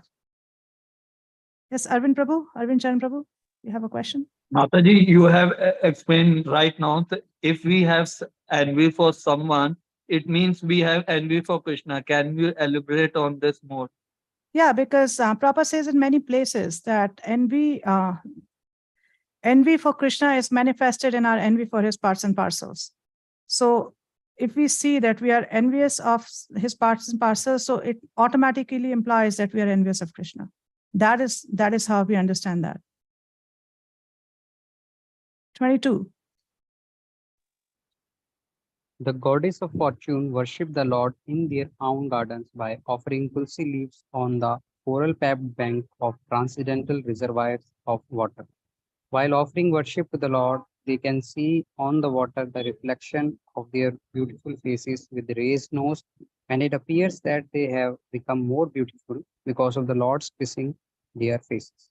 So we here see a hint of intimate pastimes of the Lord. We see there's just a hint, and we'll get to see a lot more in the 10th canto.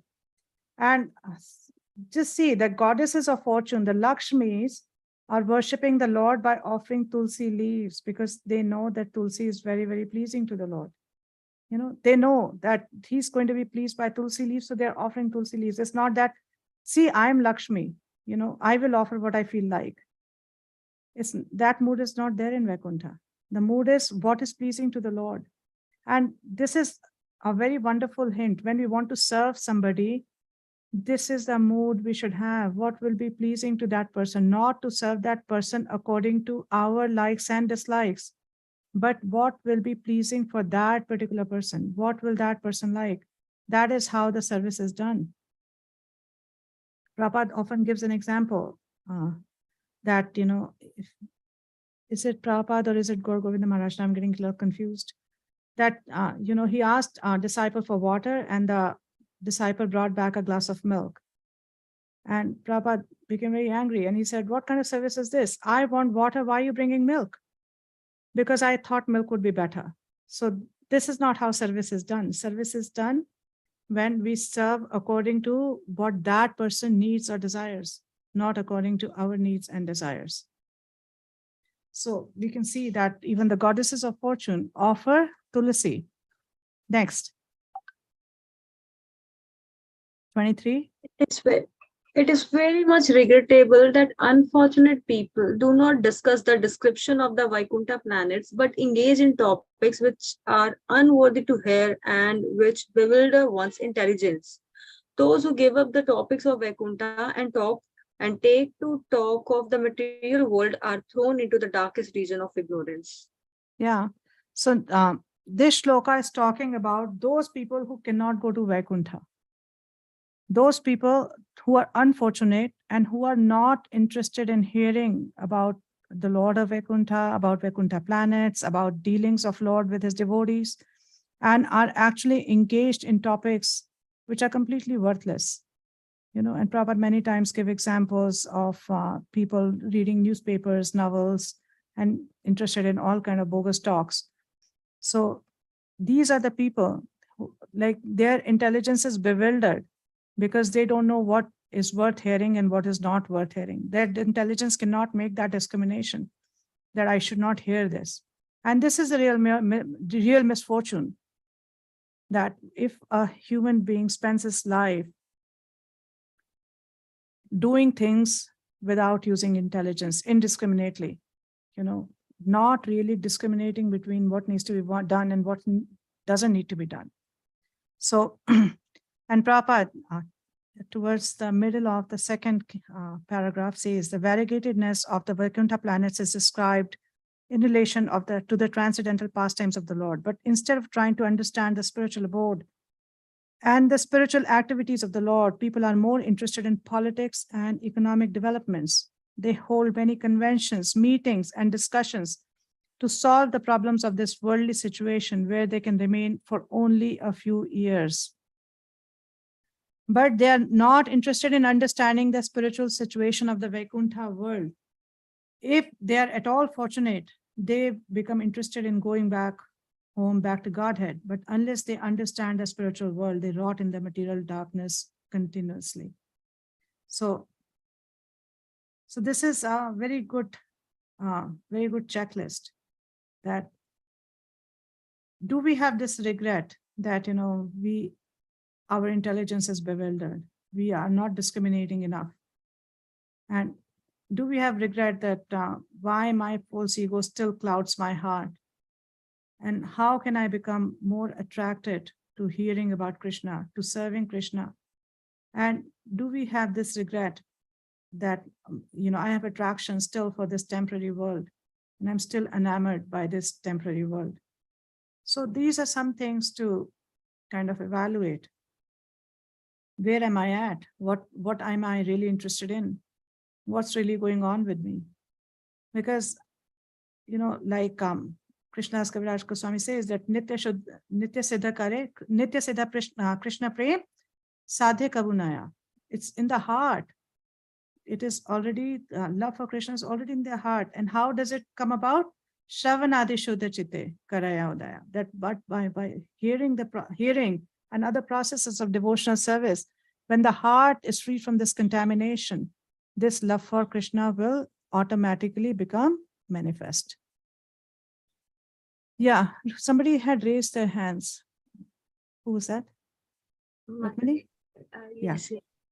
Mataji, I don't know, but first, like from sometime my mind has become so material.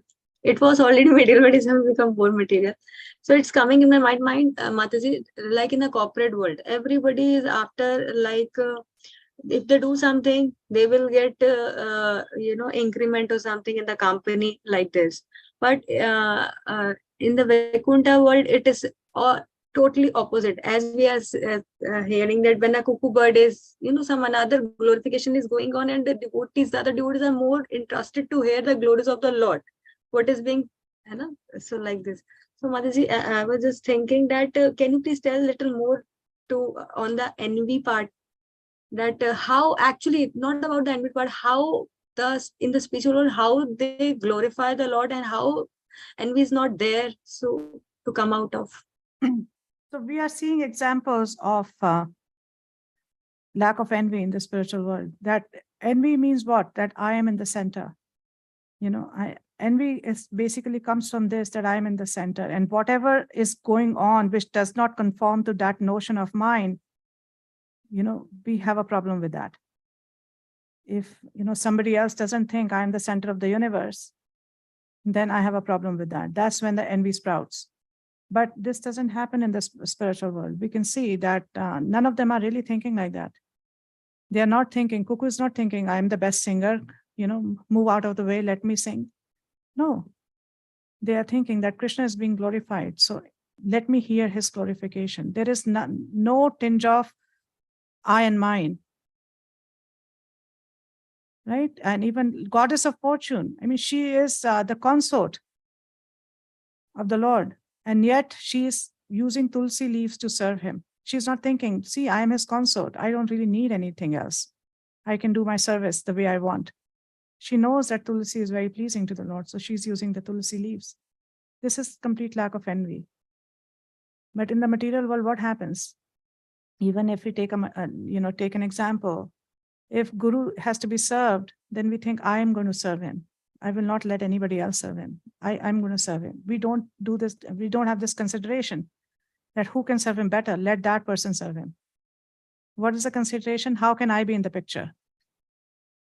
The consideration is not that Guru should be served best. The consideration is, how am I in the picture?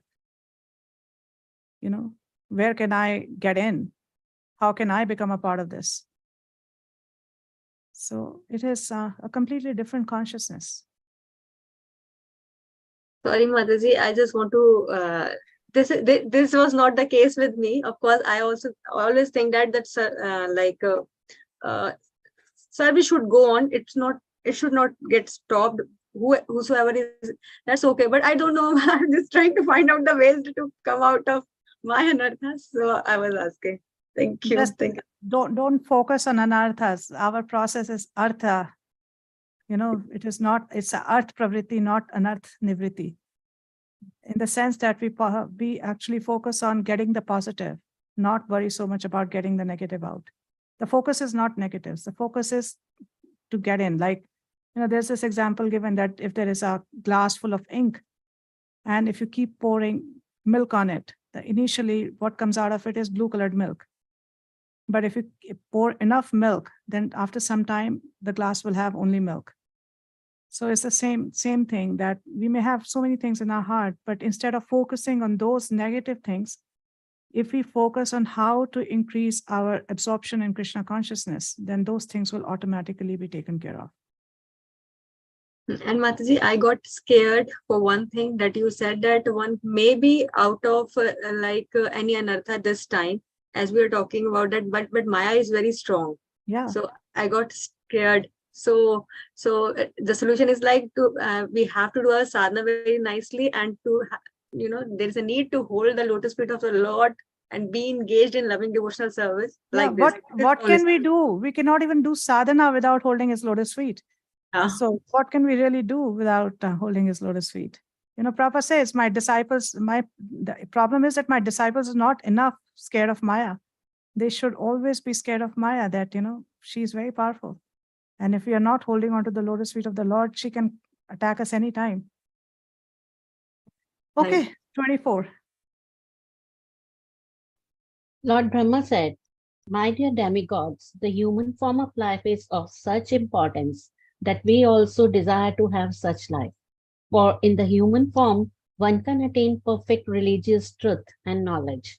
If one in this human form of life does not understand the Supreme Personality of Godhead and his abode, it is to be understood that he is very much affected by the influence of external nature." See, we have won half the battle. We have the human form of life, which Brahma and the demigods are also aspiring for. So half the battle is won. We don't have to take a human form of life. We already have that. So rest is, we are already 50% through. So now we have to do the rest 50%. So Prabhupada is saying in his purport that Brahma and other demigods have much better material bodies than human beings. Yet the demigods, including Brahma, nevertheless desire to attain the human form of life, because it is specifically meant for the living entity who can attain transcendental knowledge and religious perfection. It is not possible to go back to Godhead in one life, but in the human form, one should at least understand the goal of life and begin Krishna consciousness. And then towards the end, he says, the human being who does not take advantage of all these facilities in this life is committing suicide. Therefore, one who does not begin Krishna consciousness in the human form of life loses his life to the influence of the illusory energy. Brahma regrets the situation of such a human being. So human life is a life of responsibility. It is the greatest gift. So, when we read such verses, it should act as a reminder for us to get more serious, more sincere. Next, 25.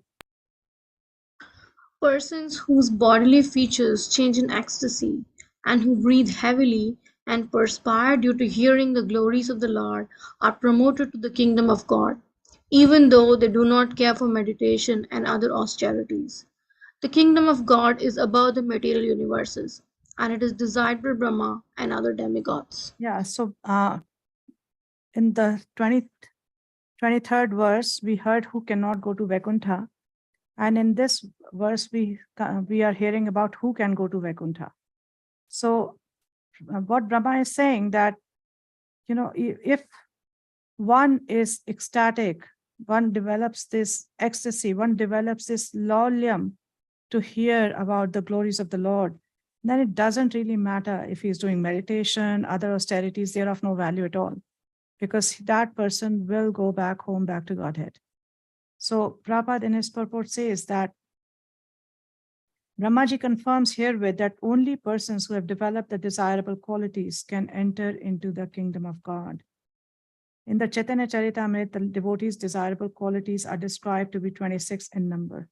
And before this, in the first paragraph, Prabhupada alludes to this verse from the 5th canto, which is Yasyasti Bhakti Bhagavati Akinchana. Sarve gune tatra samasate guna. And the person who has bhakti, he automatically develops all the good qualities of the demigods. And a person who's a non-devotee, even though it may seem that person has a lot of good qualities, but it should be understood that those qualities are only skin deep, because he is riding on the chariot of his mind. Manorathena sadhavato bahi. That he is actually riding on the chariot of mind. His mind is the one which is in the center. So such a person cannot sustain his good qualities for a long time. So this is a long purport, and Prabhupada starts talking about the 26 qualities of a devotee. And then he says that this is in the second para, almost in the middle, where he says that it is said there that a saintly person eligible to enter into the kingdom of God is very tolerant and very kind to all living entities. He's not partial. He's kind both to human beings and to animals. And then he makes fun of those people who talk about Daridra Narayan, that they kill a goat Narayan to satisfy a Daridra Narayan. So how does this really make sense? So Prabhupada talks about this, and then he gives various references that how can a person really, enter the kingdom of God.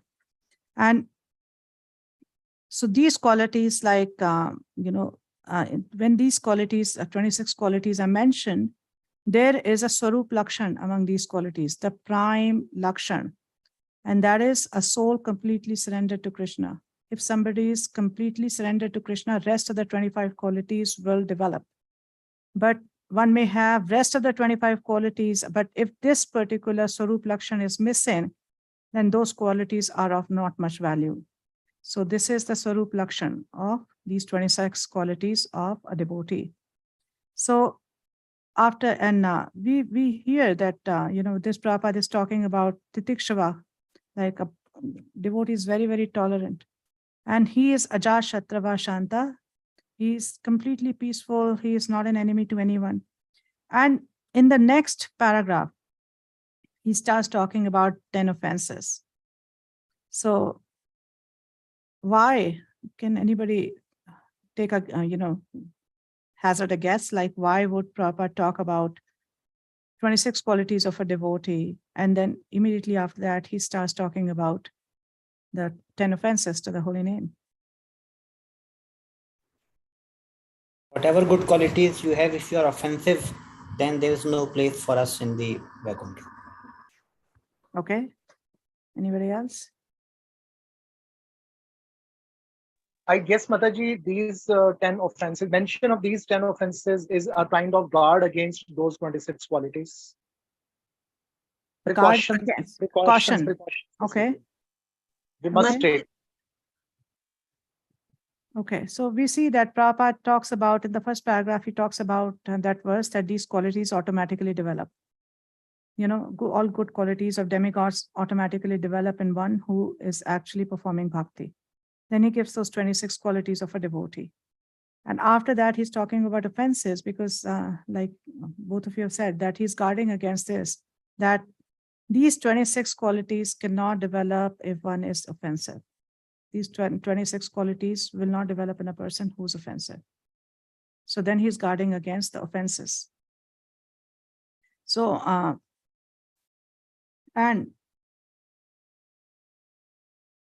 Prabhupada is, one second. Prabhupada, just seeing, yeah.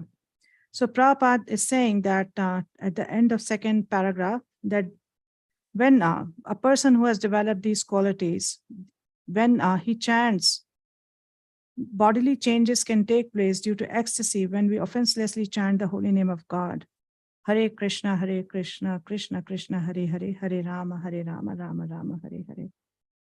So when I look at myself, this is not really happening. This is not really happening. I'm not undergoing these bodily changes when I'm chanting. So the cause of lack of ecstasy is what? The offenses. The offenses are the reason why one does not really feel the ecstasy. So Prabhupada is giving how to mitigate the situation in the end of this purport. The last paragraph of this purport, he says that in the Chaitanya Charitamrita, it is said that if one does not develop these symptoms while chanting Hare Krishna, it is to be understood that he is still offensive. Chaitanya Charitamrita suggests a nice remedy in this connection. Okay, let's hear the remedy.